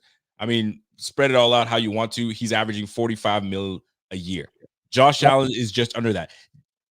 Pat Mahomes is the 10th highest paid quarterback on an average per year. Josh Allen is 11th. Take a look at Adam Schefter's list here. Highest paid QBs in the NFL on a per year basis. Trevor Lawrence tops it at $55 million, which is an absolute joke. Tied with Joe Burrow. At least Joe Burrow can tell you, I've taken my team to the Super Bowl. I've got playoff wins under my belt, and you've seen what I've been able to do. Jared Goff, you've seen him take his team to the playoffs. Yeah. You've seen him take his team to the Super Bowl. Justin Herbert hasn't done diddly squat. $52.5 million. Dude, half the names, Rico. I mean, Herbert has done nothing. Murray has done nothing. Deshaun Watson has done nothing. Kirk Cousins has done nothing. That's half the list. Joe Burrow. I love Joe Burrow. When he's healthy, he's one of the best in the league. When he's healthy is the key. Joe Burrow's health is a legitimate concern in Cincinnati. $55 million. $55 million. His agent must have been. But the thing is, what do you do in that scenario? And this is where Miami's in a predicament. Miami's in a predicament because now you're like, okay, either I'm giving Tua the bag, or I'm now essentially going to be searching for another quarterback. Buddy, are you even going to find your quarterback? The next draft class, is it going to be good enough for you to even find something that's doable? You got no choice. You're handcuffed to give me this idea. Paid Jalen Waddle wide receiver 1 money when he's not even wide receiver 1 on their team. I got to be honest with you, Rico, and this could be nuts for me to say. I don't care. I would rather pay Gardner Minshew $18-20 million a year and have an array of studs around him than I would paying Tua $58 million a year. Eventually going to have to lose Tyreek Hill. Going to have to lose half my defense. Going to have to lose X, Y, and Z here because we can't afford to pay him. I mean, I don't know how you feel. But it's getting to the point now where these GMs are going to have to make some insane decisions because I don't understand how this is going to be sustainable. I just don't. The market, it's until the GM says no. I mean, they've done it essentially with the running back position. We're not paying. That's it. We're done. We're not paying. The receiver market is starting to chill out a little bit. Brandon Ayuk is still trying to get out there and get paid heavily. They're playing hardball with Brandon Ayuk. So who knows how that's going to play out. And the quarterback position is just going to continue to get higher. There's nothing you can do about it. There's nothing you can do about it. It's the market. Like and not everybody's waiting to get paid like the other guy. Exactly. I think a perfect situation that just unfolded. And here's the problem. Like a lot of these guys like Tua won't settle for it. Like Baker Mayfield just signed for a 3-year, $100 million deal. On average, that's like $33 million a year. That's what Baker's worth. That's about right. Is Tua Tagovailoa worth $20 million more a year than Baker Mayfield? If your answer is yes, I hope you have good health insurance because you need to go get yourself checked. Hold on. So then let me ask you this. Truly, based on what you've seen, I don't look at the market. Don't look at the market. But look at who's got paid and what they've done. What's Tua truly worth? Is he worth $43 million a year? Based on the market? I don't want to say based on the market, but based on the quarterbacks that have gotten paid and that have done something, that actually have done something. And Trevor Lawrence hasn't done anything enough for me to warrant him $55 million. So what do you pay Tua? What's he worth? And this is the thing here. Like this is the problem. Is you're going to go look at Tua's numbers and say he's worth it. Are you going to pay Tua? I mean, you guys, there's a difference between numbers and watching this league. You watch Lamar, you watch Allen, you watch Mahomes, you watch Burrow, you even watch guys like Goff, you watch guys like Matt Stafford. Tua is not that. I understand he's leading the league in passing. What's going to happen when you pay him $57, $58 million a year and Tyreek wants to reset the market because Jalen Waddle all of a sudden is making more money than him? I mean, for God's sake, Tyreek last year might have been the best player in football. Well, hold on a second. I don't see how you can. Like, if I'm a Dolphins fan, I'm losing sleep over this right now. Tua Tagovailoa, all right. We'll say. I mean, look, this is the thing. In 2021 played 13 games. 2022 played 13 games. So there's a durability problem here. Last year was the first year he played a full season. He bulked up, did all the things he needed to do, and now he's slimmed down, by the way. But he's bulked up. He had 1 year of just shy of 70% completion percentage. He threw for 4,600 yards, 29 and 14. I'm looking at the numbers. I mean, he led the league in passing, great, but 29 and 14, nothing crazy. You're not wowing me. You think I'm going to give that $50 million a year? Bro, that's jacked up. To me, Tua's worth over 30, less than 40. I agree. And that is exactly what Baker Mayfield is getting paid. That's where you are. To me, Rico, if Tua is in Tampa Bay, he is Baker Mayfield's equivalent. He is the exact same in Tampa Bay as Baker is currently. That is the way I see it. It is so hard to put into words that it factor. But when you watch it, you know it. And the guys I just listed off, they have that. I understand Tua led the league in passing. I get it. I also watched him play Kansas City on the road in a playoff game, and if it weren't for Tyreek Hill bailing him out on an absolute duck, they wouldn't have scored a single point. Daniel Jones. I mean, this is what I'm getting at. I mean, this is it's gross. It's gross. Giving Daniel Jones $40 million. He might go out here and really put up some numbers. Highly doubtful. But like when you see Daniel Jones getting paid $40 million, bro, it's crazy. It's like there needs to be a moment where we bring things back. But listen, we want to go back to NFL talk. This Trevor Lawrence interesting. Is he worth the bag? My ultimate answer is hell no, he ain't worth the bag. He ain't better than Josh Allen. He ain't even close to Pat Mahomes. He's not better than Joe Burrow. I mean, hell, I'll put him. Where would you put? Okay, where would you put Trevor Lawrence in? What between who? He's not on Joe Burrow's level, in my opinion. Nope. He's below Joe Burrow. Is he Justin Herbert? Are they about in the same? That's right around where I see the athleticism, I see the talent, I see the flashes, but I have yet to see the results from it. Well, and that's the Herbert's key. 52 mil. The 52 mil. problem is, Rico's, you have to make this decision. Oh, you don't, either you pay him or you don't, and you spin the wheel. And I just don't know if that wheel is going to land on anything better than them. I don't. Listen, Mr. West says Trevor's below Tua. Gee. I mean, there's just no way to me. There's just no way. I'm telling you. So, folks, before we get into more NFL talk, we do have a special guest that's joining us to talk Bills injuries. And listen, we've got a litany of these injured Bills. One that stands out to me a lot is one player that's been, I mean, that's touted to be the guy that's supposed to lead the way in the receiver room. Now that he's the most tenured receiver, and that's Khalil Shakir. So let me bring in our resident doctor, our resident physician. Listen, this is our guy, the guy, TD Side Doc. What's good, fam? Hey, what's up, guys? The doc. How we doing? Are you on an airplane? I'm in the car, so I actually am going over to Tappan Zee in a minute here. So if I just break up, give me a hand signal if it breaks up. All right. No doubt about it. So listen, we're gonna get right into it. Talk to me. What's the deal with these injuries?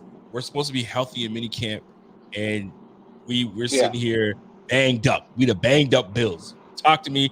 Who stands out to you the most? That's the most important player that we should talk about. Should we talk on Khalil Shakir first? Yeah, Shakir quick, right? No one really saw what happened. It sounded like he got tangled up going up for a grab. They sent out some pictures, so he had a spandex on his right leg the day of the injury. Then he came out on the sidelines with something, the compression on his left. So if I had to guess, I'd say a simple contusion to the left knee. Do not worry about it. So nothing to worry about. We're good to go. Apparently his mom decided to retweet one of the Bills beat reporters and retweeted and said, my boy is fine. He's good. He's ready to go. Nobody worry. We're good to go. So love to hear that in retrospect, because that's a big piece of the offensive puzzle. So we need that brother healthy, ready to go into training camp, essentially, so we can get this thing cracking. Let's go to the defensive side of the ball. Milano. Matthew Milano, the Italiano. So talk to us about that, brother. So Milano's he had a nasty injury. He had the tib plateau fracture. Those are not pleasant, and apparently had a meniscal repair too. So stop right there. Basically, you're looking at like a 7-month. For dummies like myself, and I'm sure there's a few dummies in the chat that doesn't know what the heck that means and what kind of injury that is. What is that? Yeah. All right. So run your hand down your thighs. I'm running it. I want both of you to do it right now. I'm running it right now. Yeah. So then you feel your knee. Yeah. So don't go up. You got to go down. All the way down. So then you feel your kneecap, right? Yep. Okay. So go a little lower, and then you get to this like the bone cliff. You'll feel like your patellar tendon, but underneath that's called the top. That's the top of your tib. Get a little below the kneecap, and then you're on the shelf of your tibia. That's your tibial plateau. Think of it as like your tibia. It's your just underneath it, because that's your patellar tendon. Yeah. Okay. The tibia looks like a golf tee. Okay. He chipped the tip off of the top of the tee. Damn, that's a terrible injury. Does that make sense? Yes. Yes. So you got to pin it back in, and sometimes you can put a plate in there too.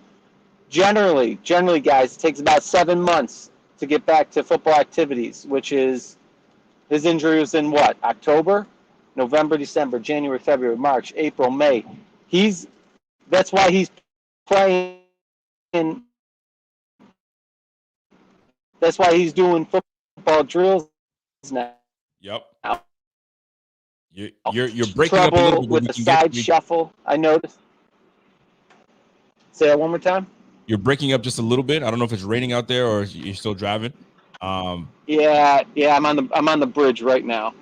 That pesky bridge. the damn Tappan Z. And they're charging he's still having trouble. You think he's still having trouble? I'm on the commuter plan, so it's only like $5 a trip. Hold on a second. You think he's still having trouble? I mean, it looked good to me. They showed him tackling a dummy, and it looked good. He drove with his legs and everything. I'm like, okay, that looks good. False? I know.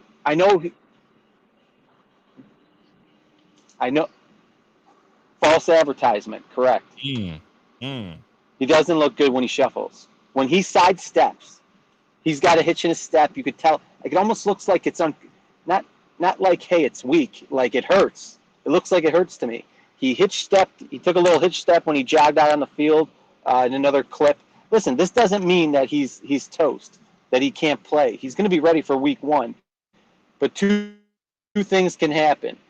A, the knee's just kind of shot, and he just doesn't look athletic side to side laterally. And then 2, his knee can swell up a lot. So he's going to be like playing, and then he's got to get vet rest days during the week. He's got to rush to get the swelling down. And then some weeks he might not even be able to play the next week. Yo, this don't sound good at all, man. I'm not liking this. Not at all. It's too banged up. Kind of like how Von kind of looked like crap last year, but... Uh-oh. The feds. I don't like the way this is sounding, bro. This guy. Oh, we lost him, and I think we need. That's probably for a good thing, because I'm not liking what I'm hearing. For real. I'm like, he's looking good. He was tackling the dummy. I'm like, okay, we're gonna get him back. Essentially, he's telling us we're getting back week 1, but like rest days, swelling in the knee, bro. Okay, I ain't trying to hear all that. Fully ready to go week 1, then don't throw him out there week 1. I mean, that's how I see it. I'd much rather have him healthier in the bulk of the schedule. Yeah, I mean, we got to keep him out week 1. Terrell Bernard is more than capable of taking over, and Nicholas Moreau will be just fine as well. But that is not the news. I'm like this. I want to slap Thigh Dog for that, man. But I mean, listen, he's informing us. He's keeping us on top of things. He says not to worry about Khalil Shakir. Not necessarily not to worry about Milano. He will be ready week 1. But golly, we don't like what we're hearing. Thigh Dog, we don't like. Take that mess somewhere else, bro. We don't like what we're hearing, man. All right, we're gonna have to have Thigh Dog call us back, because it's like talking to a wind turbine. That's facts. Thigh Dog, if you can hear us, call us back when you're home. Not loving that. No, I'm not feeling that whatsoever. Golly, thank you. And the problem is Thigh Dog is usually he's pretty on point. True. He hasn't steered us wrong in a lot. Many of his assessments on some of these injuries on these players. So, but man, I really hope that listen, that was I'm most excited about that duo right there. Oh my God, Milano and Terrell Bernard. Forget about Keon Coleman. I love Keon Coleman. I love the addition of Keon Coleman. Love what Ray Davis. I love that Javon Solomon is going to be a big piece on the defense side of the ball. Love all that. Love the additions that we've made to this team. Curtis Sam, all that. Those two guys is what I'm most excited about. And then now you tell me all that? Man, I ain't trying to hear all that, man. But this is the nature of the Bills. This is the nature of that's why we brought in Nick Moreau. That's why we got in Deion Jones. That's why we drafted a guy in the 3rd round in Dorian Williams, which is still nursing an injury as well. Balin Spector on the squad. There's a bevy of linebackers on this squad. You wonder why? Well, now we know. We don't know how he's going to turn out, and we don't know if he's going to make a full solid recovery and not have any lingering, swelling and lingering. Can't shuffle side to sideline. That's his game. Sideline to sideline is Milano's game, and the ability to go up and get into blitz packages and all that good stuff. Ooh, I ain't trying to hear all that. But thank you, Doc. We appreciate it. If you call us back when you're in a better phone situation, we'd love to have you back. But let's go back to around the league in the NFL. You ready for this, bro? Yes, sir. Let's talk about Aaron Rodgers. Let's. Aaron Rodgers decided to forego minicamp, which is funny to me because he showed up for OTAs. He's out there hopping on on his Achilles. He's hopping on the balls of his feet and he's throwing footballs and all is good in Jets land. And all of a sudden he says, I ain't showing up to minicamp. And y'all got to deal with it. And apparently the team came out and said, we're fine with it. Cap or fact? Cap. Hey, talk Robert to me. Saleh, every time he takes the podium, it just feels like I'm starting to feel bad for the guy. Every time he takes the podium, it just feels like he's over his skis. And he's being asked questions that he doesn't know the answer to, or he does know the answer to, but he has to lie about it. And he constantly feels uncomfortable up there. He constantly feels like he's playing some sort of charade every time he has to answer these types of questions, because he's answering for the guy that inevitably is holding their franchise hostage.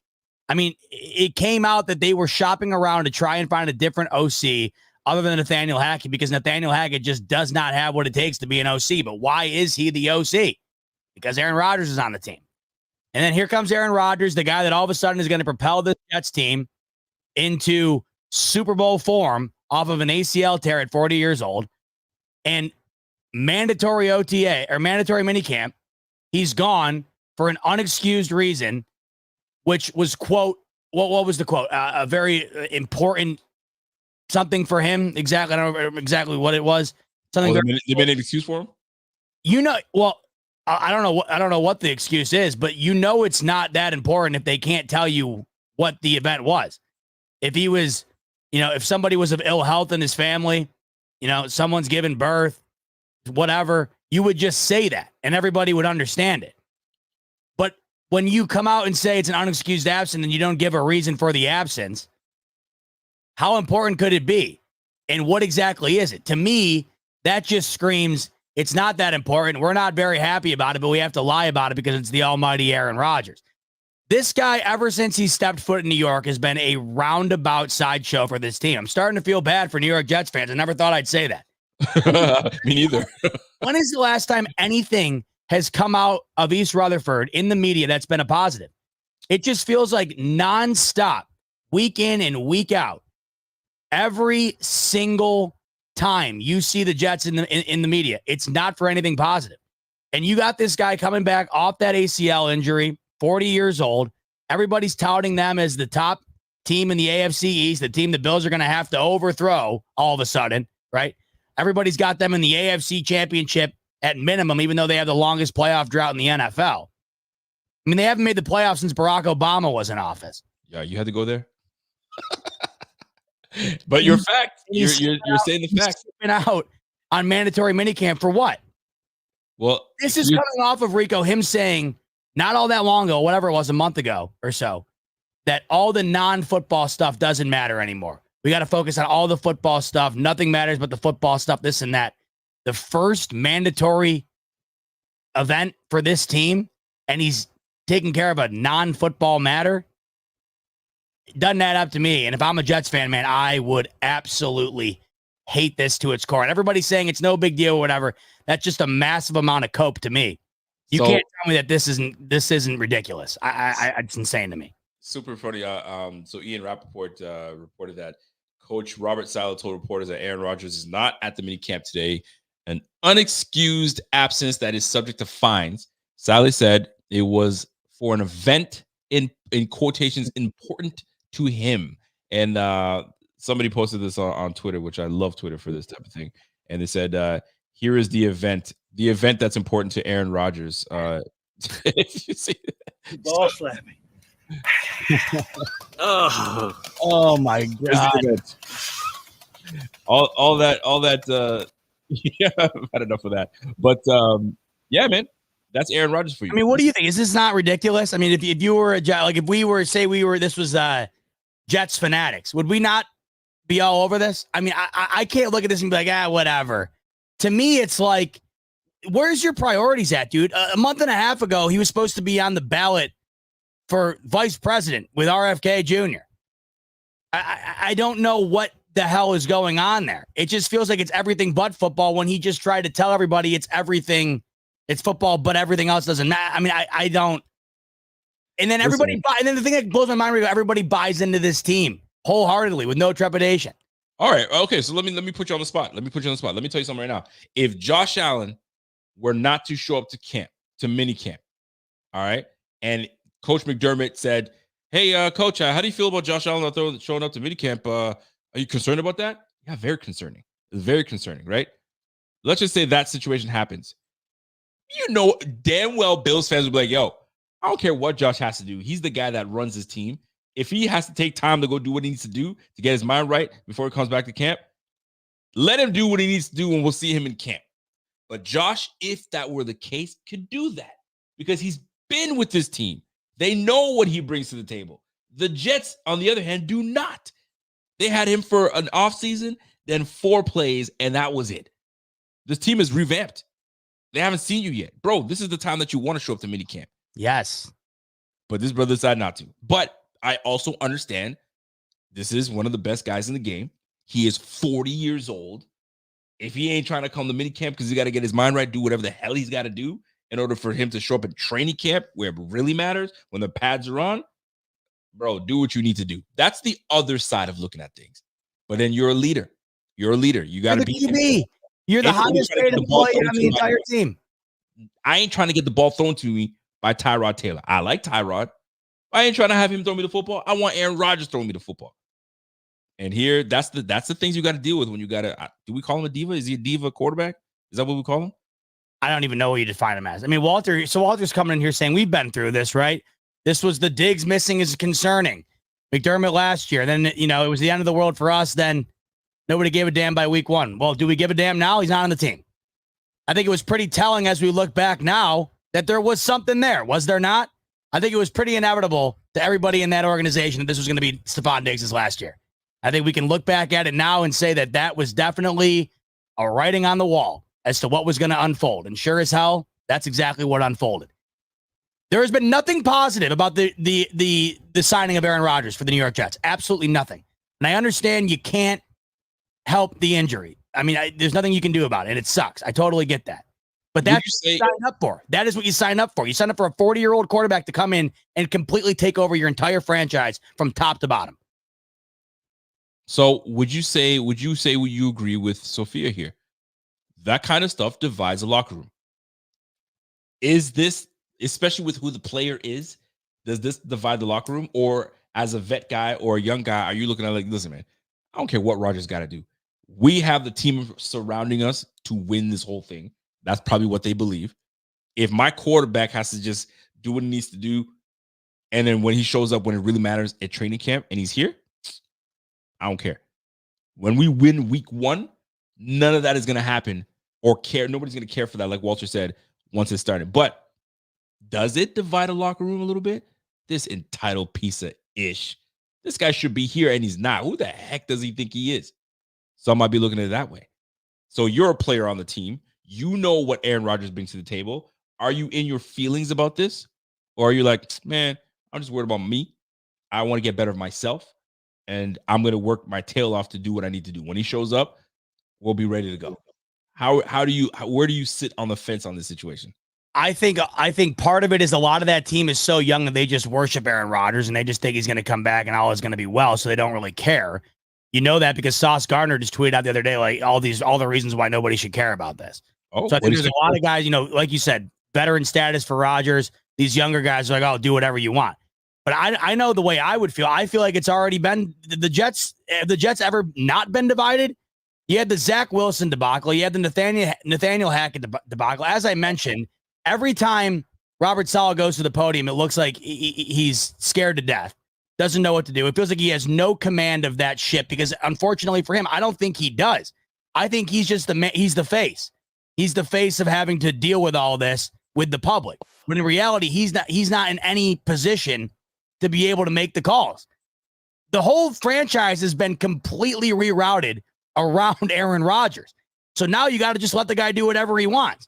And I understand in the grand scheme of things, him missing a couple practices at this stage of his career is not the end all be all. It's the principle of it to me, Rico. It's not him not going out there and getting reps or whatever. Okay, whatever. It's not that to me. It's the principle of it. You're the leader of this team. You're a first ballot Hall of Fame quarterback. You played 4 snaps last year. A lot of this team is brand new. You have expectations out the ass. Your career is on its way out. You only have so much time left. All of these different things.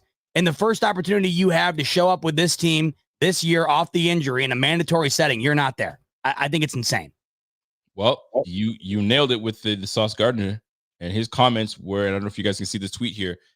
are y'all really making a big deal because a 15+ year Hall of Fame QB missed 2 days of practice after being with the team all throughout the phase of 1, 2, and 3 of OTAs? Good golly, I think that's what GG's means. I mean, that's someone tweeting from the perspective of a team that hasn't made the playoffs in 12 years. The little things are a big deal to me. I'm sorry. If the Jets are, you know what, Rico, if the Jets are coming off an AFC championship appearance last year, no, who the hell cares if Rodgers isn't there today? That's not the case. I'm gonna be real. I wouldn't care if I was a player on the squad. I wouldn't be like, if I'm here, he's got to be here. I got to look at the totality of the situation. Yo, he's 40. He just came off an Achilles. He was with us all through offseason last year. So we know he gives a damn. Randall Cobb, I don't think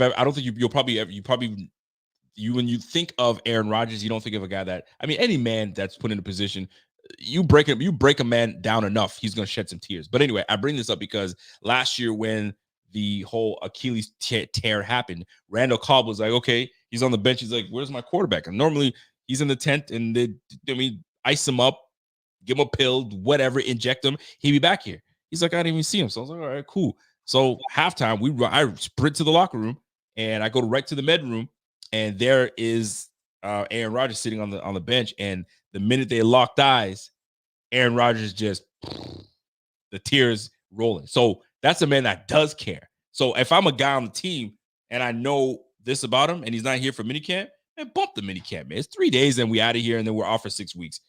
I ain't worried about it. I'm just chilling. I'm good because I know what he brings to the table when he does arrive. But I understand the big picture aspect of it. But the big picture is winning the whole freaking thing. So if he's not here for 3 days, but he comes in training camp, he's ready to go, what did it all matter for those 3 days? I just think those $15,000. It's just one more thing. Like everything since he's entered the Jets, even outside of the injury, it's been like tabloid worthy. Everything. And now it's just one more thing. He's just adding coal to the fire that's already been blazing since he got there. I mean, you even have the front page of the New York Post or whatever it was all over his ass. Let me look that up real quick. The front page of the New York Post. I mean, the Jets fans have had it, and that's I love to see. I mean, they've had it. Go ahead and look that up. Yeah, go ahead and look that up. I'm going to read Walter's comment here. Walter says, "As fans, we do all this talk about building strong cultures, and the first sign of adversity, we question the state of the locker room. It's contradictory to what constitutes a strong culture." You're right. If you got a strong enough culture, strong enough guys in the locker room, if your leader, one of the leaders on this team doesn't show up, we shouldn't break down and start, criticizing all the. But the Jets don't have a strong culture. They don't have a culture at all. Well, they're trying to build it. And this is no way to build it, in my opinion. Here's the cover. I think this encapsulates it perfectly, because essentially what Aaron Rodgers said about a month ago and what he's, actually showing us now, it's completely contradictory. Here it is. Oh, let me see. Can you not see it? No, I can't see it. Would you pull up the New York Post? Yeah. Hold on, I got it here. I don't know. It's not. Why isn't it letting me? Listen, you've been on a hiatus, man. It's been a while. You're a little rusty. Hold on. I think I got it. I'm just gonna do it here. The browser can't access your. What the hell? What is the thing that you see? It's telling me the browser cannot access your screen. Let me try this one instead. All right, do what you do. Here we go, right here. Love it. January 8th, Rodgers, quote, "The bullshit that has nothing to do with winning needs to get out of the building." Tuesday, Rodgers, unexcused absence from Jets mandatory minicamp. Main caption, "Full of hot air."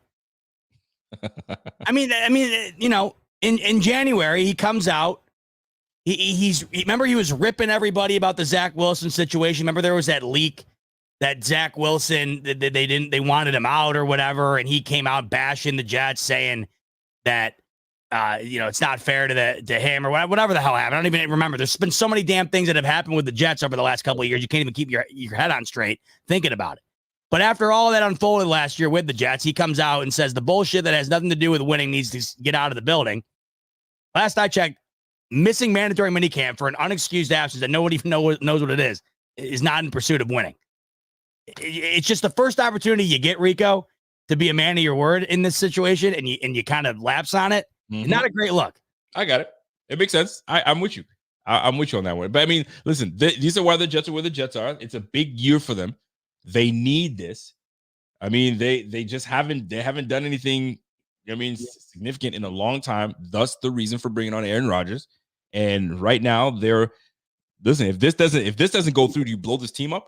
Because Aaron's going to be 40, 41. He said so himself. He literally said if it doesn't go right this year, a lot of people are going to be getting fired. That's what he said. Okay, well, there you go. It needs to happen because you got to blow this shit up. Robert Saleh might be gone, and you got to blow this whole thing up. So they have a year that even resembles what it was last year. They're all gone. Oh man, it's a tough gig, man. So we got Thigh Dog back again. Let's see if we can get him back on track, and he can give us some better news, because I ain't trying to hear all that nonsense again. Thigh Dog, you good? Yeah. How do I sound? You sound way better, buddy. You sound great. Yeah. Fantastic. I try to call you guys on my way home from work, and I got to go over that damn bridge. So what were we talking about? Milano? Yeah, we're not pleased. We're not pleased with the news you gave us, man. We were in a good mood, and then you decided to give us this news that is knee swelling potential. You'll be back week 1. You're trying to give us some false hope there, and then all of a sudden you're telling me that management. We got to time manage him. Come on now. I do see this as a management issue, but listen, here's the good news. Why don't we do the good news? The man is 7 months post-op tibial plateau, and he's at practice, and he did 3 practices in a row. That deserves a clap. So that's good. If he had any signs of swelling, they would have pulled him out. He wouldn't have done all those 3 days in a row. So that's good. The problem is what I saw is he had some trouble going side to side. So does that mean it's going to persist until when the season starts? Maybe not, but I guess we'll see. So maybe not exactly what you want to hear on Milano, but all good. I think it's good that he's on track for week 1, so that's good. Listen, man, you're not going to disturb my spirit. I still love the fact that Milano's healthy, he's good to go, and I'm loving it. You know what I'd love to know about? What's up with Von Miller, man? Yeah, is he ready to go? Is he that Lamborghini?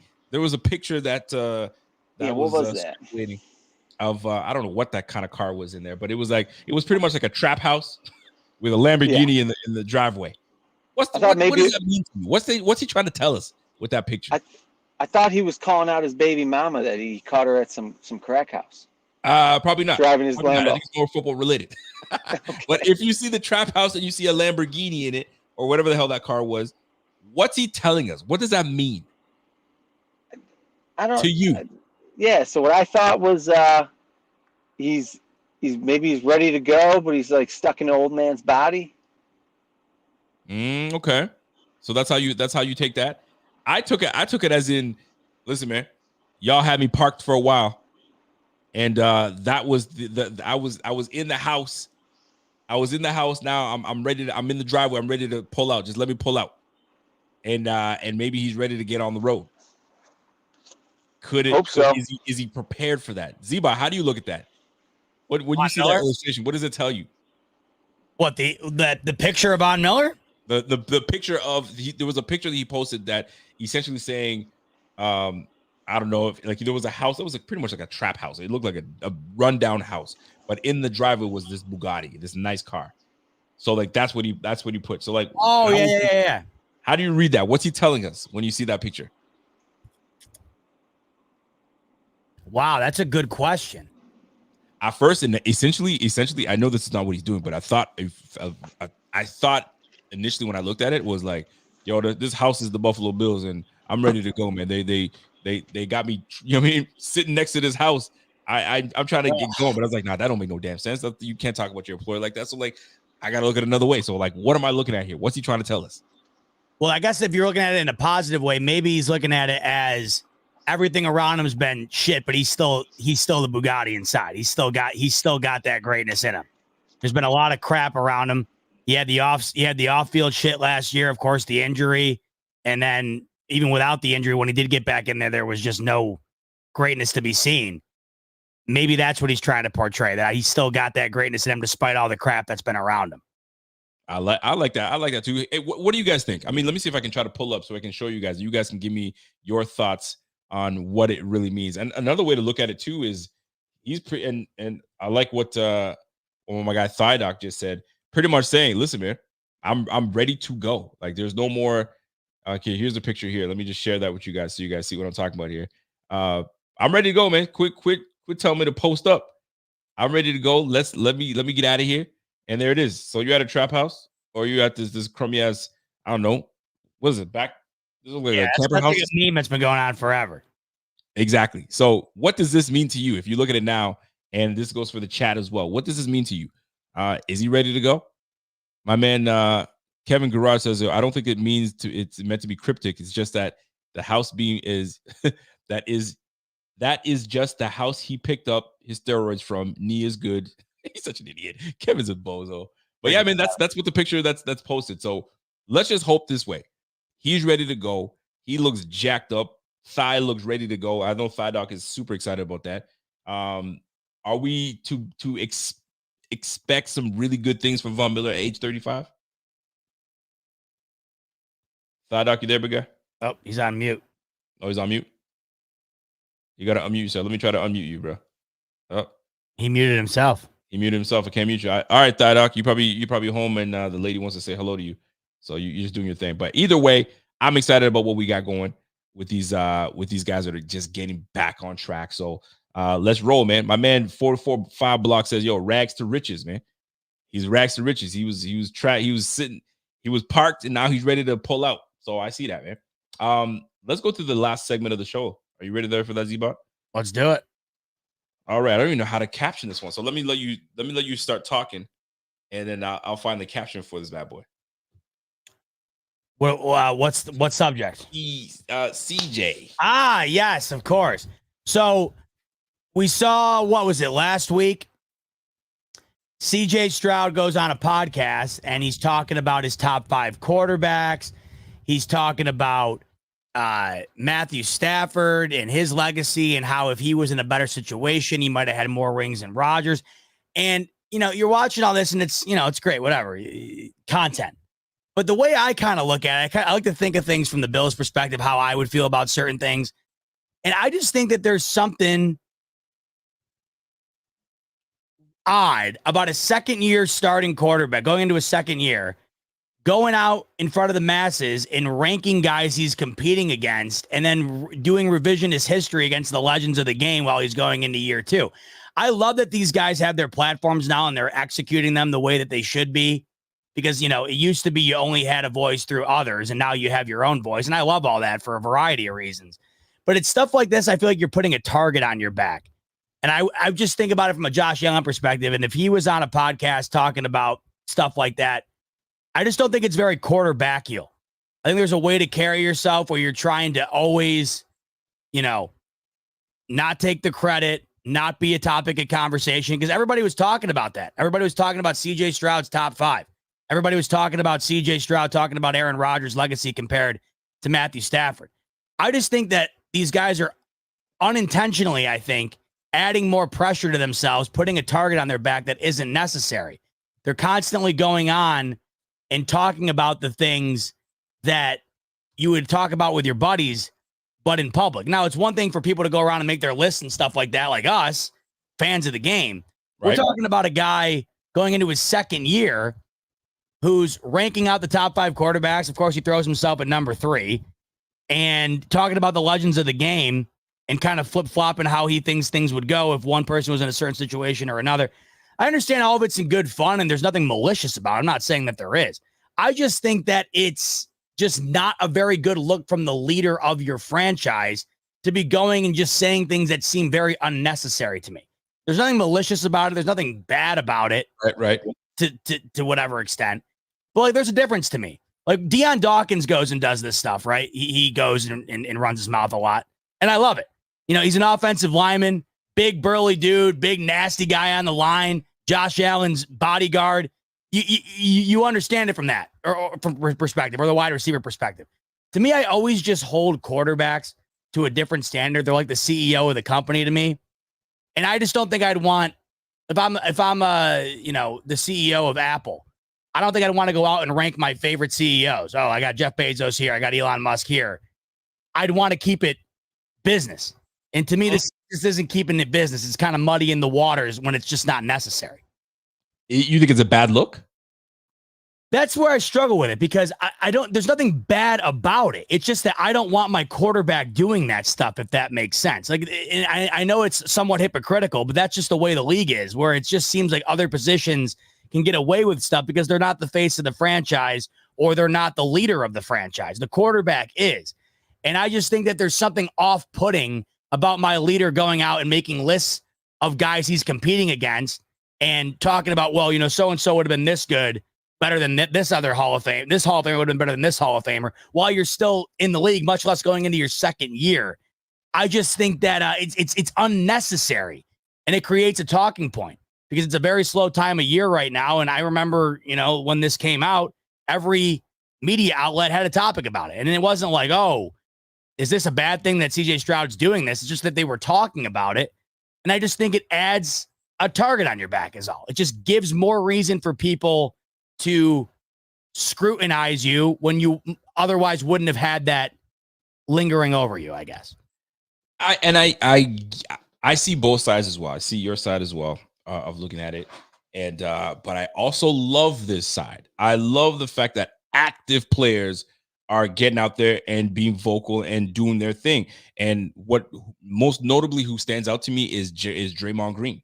Draymond Green being an active player, podcasting and talking about the game as he's playing and speaking on other games and on other players. I like it because these guys are actually playing the game. Let me ask you a question now.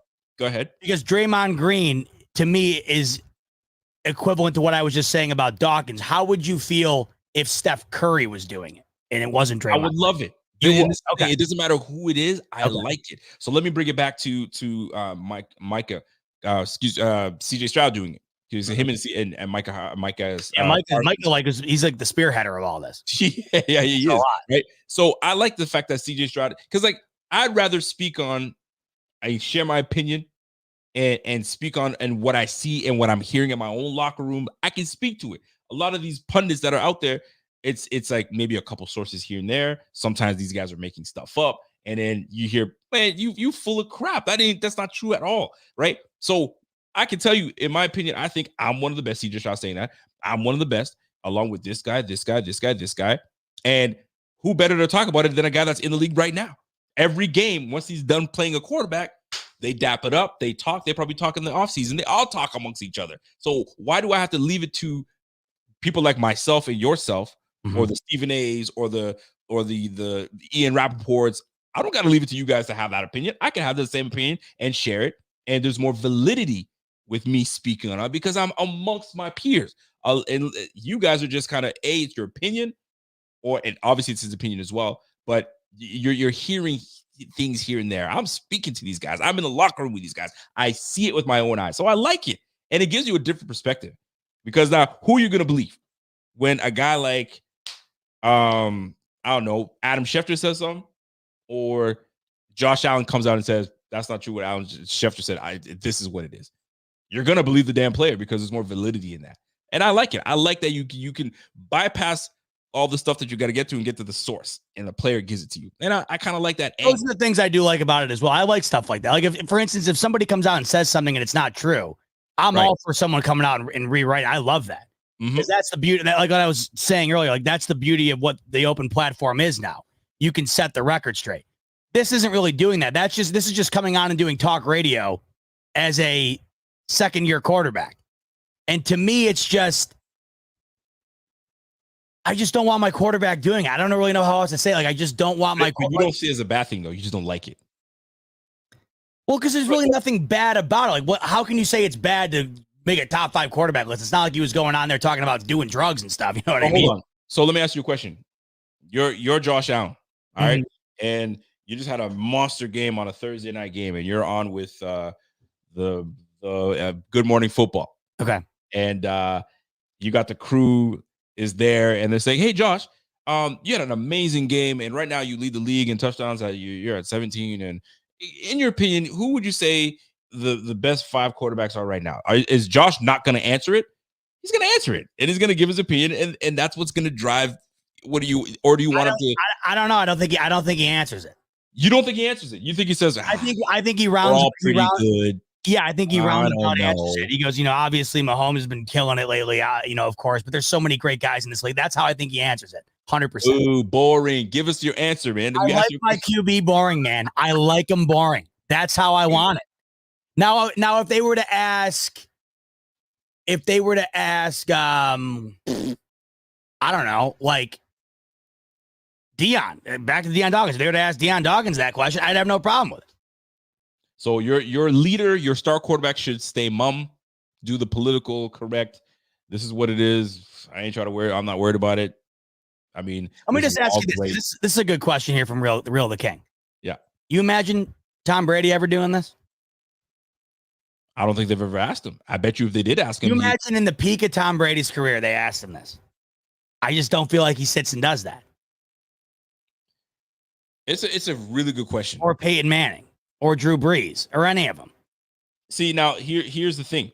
Here's the thing. Keep this in mind too. These are old school quarterbacks. This is a new age. I know. This is the most get off my lawn thing I think I've had in a while.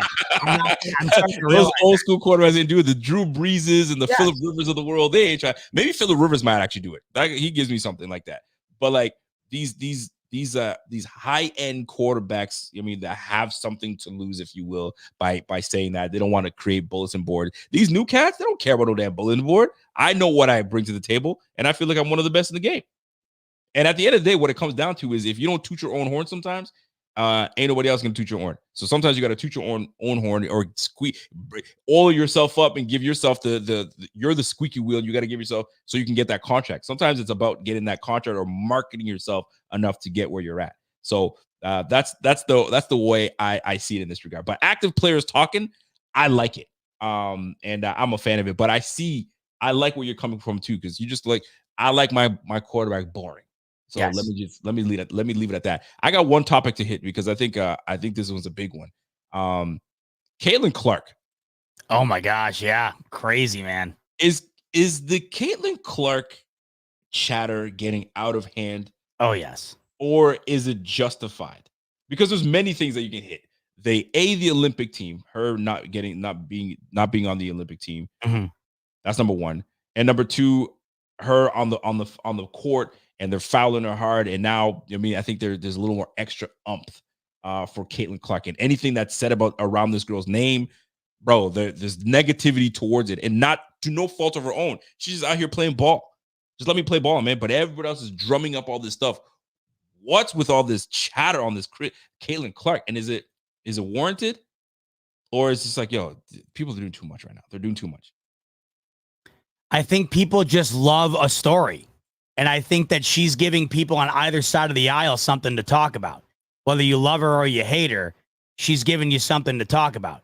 If she's getting bodied on the floor, it's giving you the ammo to hate on the other women in the NBA. If you're on Caitlin Clark's side, if you're not on Caitlin Clark's side, it's, hey, welcome to the league. This is how it is type thing. I feel bad for her in that sense, because it feels like a lot of the things she's being discussed about has nothing to do with her play. And it's got a lot more to do with the pop culture person she has become. She's become an argument point for everybody. Everybody goes on now and just talks about Caitlin Clark in a divisive way, whether you're on one side of the aisle or the other. What doesn't make sense to me is how there hasn't been an embracement of her from the league's perspective. But why? I don't know. I think there's a lot. I think that there is resentment. I think that when you've been playing a sport for a long time with no notoriety, and then you have this person come in making $20 million off of endorsements or whatever it is, and she hasn't yet earned her keep in the league. She's the best college player of all time, but she hasn't proved anything in the league.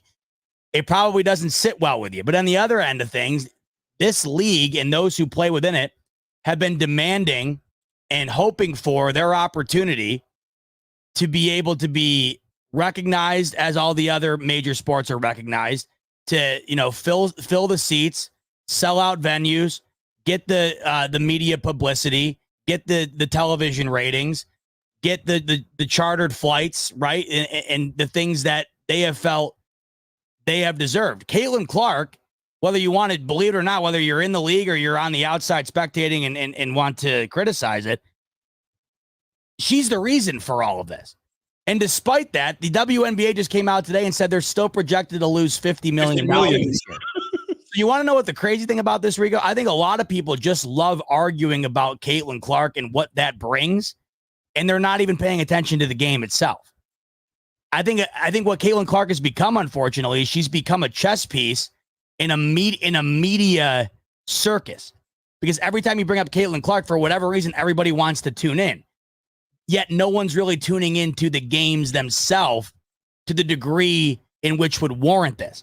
I would venture to say the majority of people arguing about Caitlin Clark online and whatnot aren't actually watching the Caitlin Clark games day in and day out.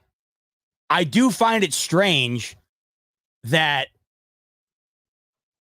there seems to be a pushback on what she's bringing to the game. For instance, I do not understand her not being on the Olympic team. I do. From a marketing perspective, I mean, I should rephrase it. I do understand it. From the playing perspective, no, she's not one of the best players in the world right now to be on that roster. But the television ratings that would do, the notoriety that would bring to women's basketball, not only the WNBA, but those other players on that team. I mean, I would not be able to tell you the roster right now for the Olympic women's team. But I guarantee you, if Caitlin Clark was on that team, I and many others would be more likely to tune in and would be more likely to get to know these players and maybe more likely to get to know the league. From a marketing perspective, which I think the WNBA has desperately needed and now has, this was a bad move. You had an ample amount of incredible publicity, incredible marketing. You would have had 20 plus million eyeballs on Caitlin Clark, whether she was playing or not in the Olympic Games. And now, instead of doing that, you've flipped it on a dime, and now everybody's doing what we're doing right now, bitching about whether she should be on the team or not. Whether she was going to play or not is irrelevant to me because they're trying to grow the game. And Caitlin Clark is their best piece they've had maybe ever to grow the game. They just sold out a 20,000 person arena in Washington last week because of Caitlin Clark being in the area. They sold out where the Washington Wizards play. They had to move the venue because that's how many tickets sold. That's what she's doing to the game. I would lean into it as much as I could, as opposed to doing things like this Olympic stunt I mean, I get it. But at the same time, it just feels like you've been handed a gift and there's aspects of it where you're like, I only want it here, but not there type of thing. But the whole thing, though, is overblown to me. It's crazy. It's really interesting to me, this Caitlin Clark thing. Listen, look, she ended her collegiate career as the highest scoring collegiate player ever. Then on top of that, she's the best 3-point shooting ever, men and women. I think she beat Steph Curry's. So she's a talent, a great talent. So why the hate? This is what I'm trying to get to the bottom of. Why is her name, when her name is mentioned, it's not mentioned with positivity. It's mentioned with some kind of backlash. Now, let's go to the player aspect. The game has been around, the WNBA has been around 30 years? I think 3 decades? 3 decades, all right? I remember when the probably before your time, but like Lisa Leslie, Cheryl Swoops. I remember when it was big time. Oh, the WNBA, and Lisa Leslie came in with the first dunk and boom. I think it was Rebecca Lobo was in that thing. I'm showing my age here, right? But it was big then. And then the game just kind of carried on. The game has been great. It's been getting a lot of notoriety, and it's great. Angel Reese and Caitlin Clark, they come in and there's like it's new blood.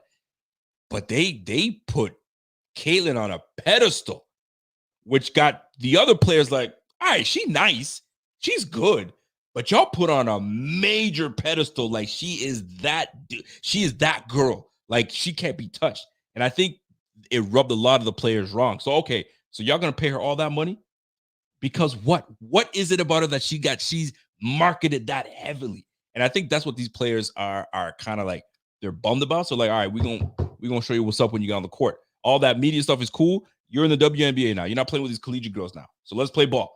And you know what I mean? Then that girl fouls her. What was her name? I can't remember her name. Boom, big foul. Yeah. And now it's like, oh, they're targeting her. No, it's just a hard foul. You know what I'm saying? Get up and play ball. Oh, they're targeting her because this. But like, I can understand why some people will kind of like check her a little harder because they paid you all that money. No different than when Kobe came to the league, cocky as ever. When Jordan came to the league, cocky as ever. When he played against Detroit, yo, they battered that brother down because he was supposed to be that dude, Air Mike. They battered them down. So like, this is part of the game. But now media got involved and all this stuff, and now it's a whole big mess. And this is why I'm really on this players advocating and talking for themselves, because had Caitlin Clark had her own podcast, or she's talking about, I don't mind that she's not saying nothing because she's like, yo, I'm just gonna let my game speak for itself. I'm gonna just let it do for herself, right? But if she had her own little, she could dead all this stuff. Yo, I don't like any of this stuff that's happening right now. And should I make the Olympic team? Hey, I didn't earn my way. I didn't earn my keep yet. Yeah, she's handling it all exceptionally well, like super incredibly well. My gosh, she's what is she, 20, 21? Yeah, for like a young kid dealing with that. The training she has in the public eye, from the PR perspective, is lights out. Back to the way I want my quarterback to be. Like, that's what I want. Like, right, what she's doing is perfect. The media is killing this girl. They're drumming all this up, and you have people in defense of her, but when they're defending her, they're trashing the rest of the game. Now, here's the other way to look at it too. If you have this girl coming through and she's propping up the game, yo, the OGs of the league got to say, yo, if I'm on my way out, yo, prop this girl up. Like, we want to embrace this girl, but they're not. And this is the female part of it. I'll talk on it because I hear my wife and I hear some of her friends and I hear my daughters, the way they talk, and you hear it, right? Women are far different from the way they do than men do. Like, they're like tearing this girl down. Yo, you should prop this up. Like, you see Ant-Man. Ant-Man's the new OG in the game. Bro, Kevin Durant's like, yo, you're the next guy up. You're the next guy up. You got to prop this league up. You got to do this, that, and the third, right? OGs are always propping the next young cat up. Yo, these girls got to do the same thing for Caitlin Clark, man. Instead of hating on the girl, yo, prop her up. Yo, I wonder if it's because she's one of one. Like, if it one of wasn't what? Because, how many amazing legends have there been in the NBA that are household names that are superstars? You couldn't sit, it would take you all day to sit here and list them. There's one Caitlin Clark. She's the only one. There's one household WNBA name.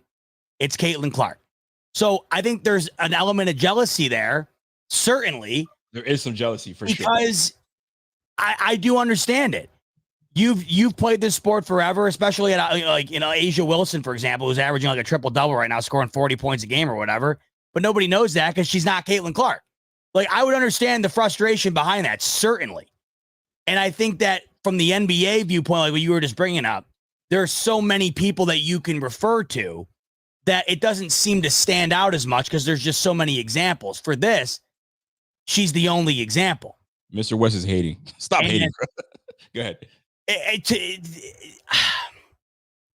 I just think that they have a golden goose here, and they really. I just think you have to embrace it wholeheartedly. Now the players, I'm not saying you gotta like kowtow to, or not at all. Like, this is a competitive. It's a damn sport. I'm not saying they need to lay down and let Caitlin Clark put up 40 for the betterment of the league, but there shouldn't be this constant negativity being pushed by the media. Unfortunately, it's not her fault. I don't know what it is or how this happened, but Caitlin Clark went from being like the Steph Curry of women's basketball that everybody wanted to tune in and watch. It went from that being the reason everybody wanted to watch and tune in and talk about her, to now just wanting to talk about her for the sake of having an argument. That seems like what it's become. That too. And now, all of a sudden, when's the last time you've talked about Caitlin Clark and it had anything to do with her actual play on the court? Like, no one's even doing that. It's not even basketball anymore. It's almost become a cultural phenomenon in a way that has nothing to do with the reason she became a cultural phenomenon. The phenomenon now surrounding Caitlin Clark is, let's have a debate. And it has nothing to do with anything revolving around basketball. It's a tough subject because you want, like, as a sports fan, as a fan of the sport and the fan of the game, like, Yo, she's the next. Like when LeBron came to the league, this guy was already touted as King James.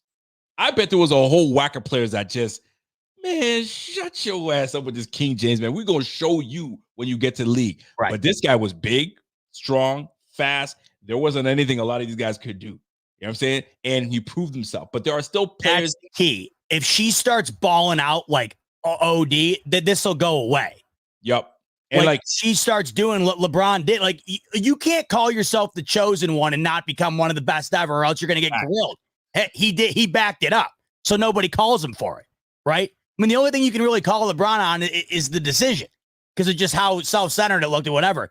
But in reality, like there's nobody who's lived up to their hype maybe more ever in the history of sports than LeBron did. This is the thing. Like she comes in, she's not as strong as these girls. She's not adapted to the pace of the game like these women are. It's a whole different thing. And she's not coming in and dominating right away. And that's why it opens up these lanes for people to have all this discourse. Absolutely. So, and this is where when LeBron, and to this day, there are players that just hate LeBron just cause. Of course. They just hate LeBron. He's a flopper. He's LeBum. He's all of that, right? Yeah. But Mickey Mouse champs. Like, yeah, I know. There's a million. But there is a little extra spice for Caitlin Clark. Like, yo, let this girl, like when she started, I mean, this is year one. Let her, and they've been talking about like, no, she's been going nonstop. College, that's the other playoffs, right to thing. A whole offseason next year, and she starts really balling on. And you know, I mean, they strengthen that fever team. Then maybe things will quiet down. But then they're still losing money though. That team is brutally bad.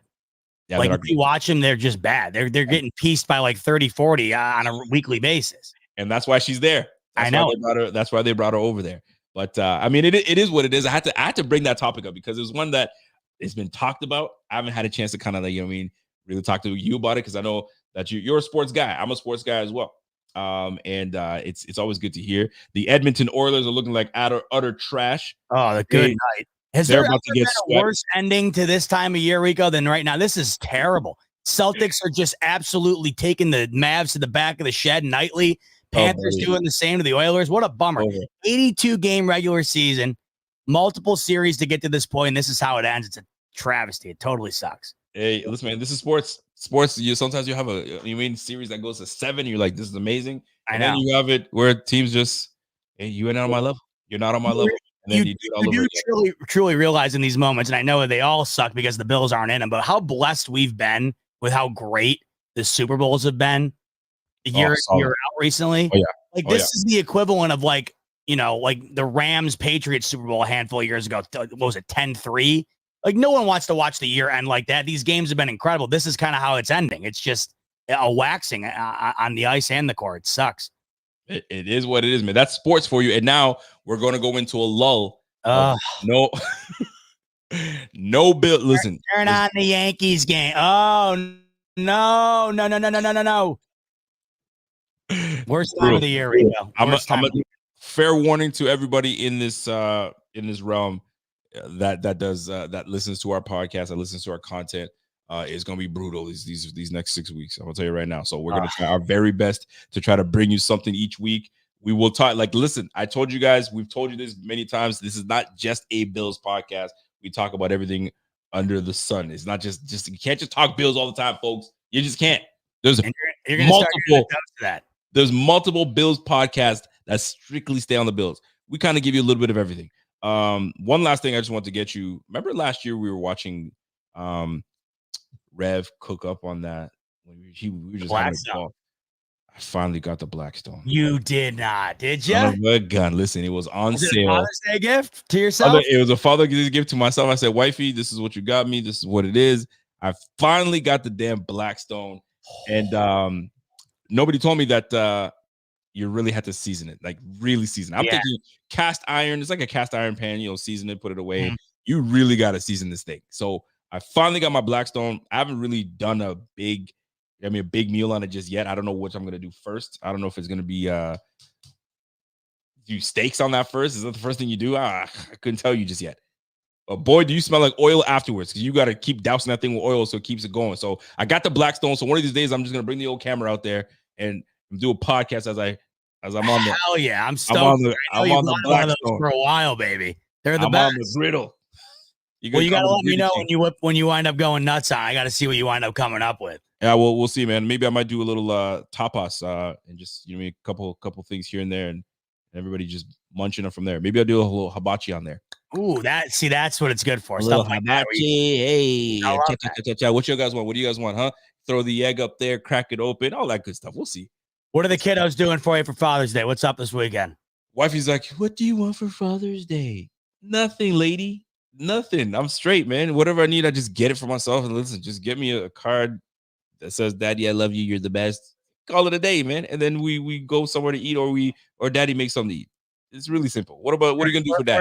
We're a simple breed of human, the men. We're simple. We don't need anything. We don't need anything. But I fell for the trick last year when wifey was like, no, it's Mother's Day. Like, nothing. I literally got her nothing. I knew better. How'd it go? I got her nothing. And I tested it. So then when it came time and the girls were giving her stuff, and you kind of gave me that look like, anything for me? Yes, I was like, no, that was not even a card. Oh, girl, please, man, I ain't trying to get you a card. And number two, you're not my mother. You're my wife. It's true. You know what I'm saying? The kids are supposed to get you. They're old enough now; they can do something for you. I ain't gotta get you no Mother's Day gift. Like, listen, man. There's your birthday. Got you. There's Valentine's Day. Got you. Mother's Day. Man, you ain't my mother. I got my mother. Job. That's the kid's job. Let them take it over. No doubt. Yeah, she didn't like that. She didn't like that response. She didn't like that. Hey, I hope you have a freaking phenomenal Father's Day. I hope the kids at least cook you up something nice, make you a card, and I hope you enjoy it, man. No doubt. You gonna do something for Pops or what? I wish down here in Connecticut, unfortunately, but we'll go over to Caroline's folks and celebrate with her dad. Call my Pops up for sure, but go hang out with Caroline's dad, and hopefully it's a nice day. It's like 85 down here and sunny. It's really getting to be summertime. So good for you. I'm still wearing a long sleeve jacket over here. At night it drops down to about 10. Yeah. 10 for you. 10 for me is what? 70 for you guys? No, 65? I don't know. I have no idea. I cannot do the Celsius. Listen, and you guys with the Fahrenheit. I know. We suck. But listen, I'm gonna tell you this though. Somebody said start with bacon and season it. Someone told me not to do with bacon. They said of all things to do, don't use bacon, because bacon, then there's some kind of acid in the bacon or some kind of chemical in the bacon that does not go well to first season with your griddle. So I stayed away from that. But I will cook some bacon on that bitch. So maybe I'll do some pancakes, and then we'll move on to dinner time. I'm stoked for you, baby. I know immediately you wanted one of those for a long time. So let's go. I can't wait to see. Listen, we made it happen. My man Walter says, and live to tell the tale. Your gift was continued living. You're not getting anything this year, Rico. Walter, you got your Blackstone. I think you're pretty set up. Yeah, we're set up, man. We're set up. My man, Post Podium Podcast. What up, fellas? I just got one too for my BD last week. Yo, let's go. We're kinging it up, man. I gotta put some footage out. I don't know what I'm gonna do. I did the test of putting the fried egg on there. They said if you can put a fried egg on your seasoned griddle without putting any oil, you seasoned it well enough. So I'm sitting there letting it go. I'm like, okay, let me see it, and I'm like, I didn't season it enough, so I gotta go back to it. But anyways, I'm gonna be chefing it up. So if you guys follow me on Instagram, that's where I post all my food stuff. So follow me on that thing, man. So that's it for me. Happy Father's Day to everybody that's a father in this chat. If you've lost a father, you lost a father figure, I feel for you. I'm in the same boat, but you know what? Listen, we're here for a reason, still here for a reason. So let anybody know that's going to be a father, that is a father, lost a father. Listen, man, you're thinking about them. Just let them know you're thinking about them, because it's a emotional day for some folks, right? And we're gonna try to have a great weekend, man. So Zebot, any last words for the folks listening? No, I echo the same statement. Happy Father's Day to all Bills Mafia out there and those who tune in today. Hope you have a phenomenal weekend. Hope the kids treat you right. And we'll catch you hopefully next week. But until then, enjoy the Father's Day, everybody. Enjoy the Father's Day. Hope you guys get nice and fat and you guys get to chill out. The women and the moms get to wake up with the babies. You get to sleep in, all that good stuff. So until next time, we will catch you guys next week. I'm telling you, the next 6 weeks is going to be brutal, folks. So bear with us. Bear with us. We're trying, baby. Yeah, we are definitely trying. But you guys have yourself a good night, and we'll catch you guys next week. It's the Bills Podcast. We don't know what the name yet is, but it's the Rico and Bot Podcast. We'll catch you guys on the flip side, and we'll see you guys next week. Peace.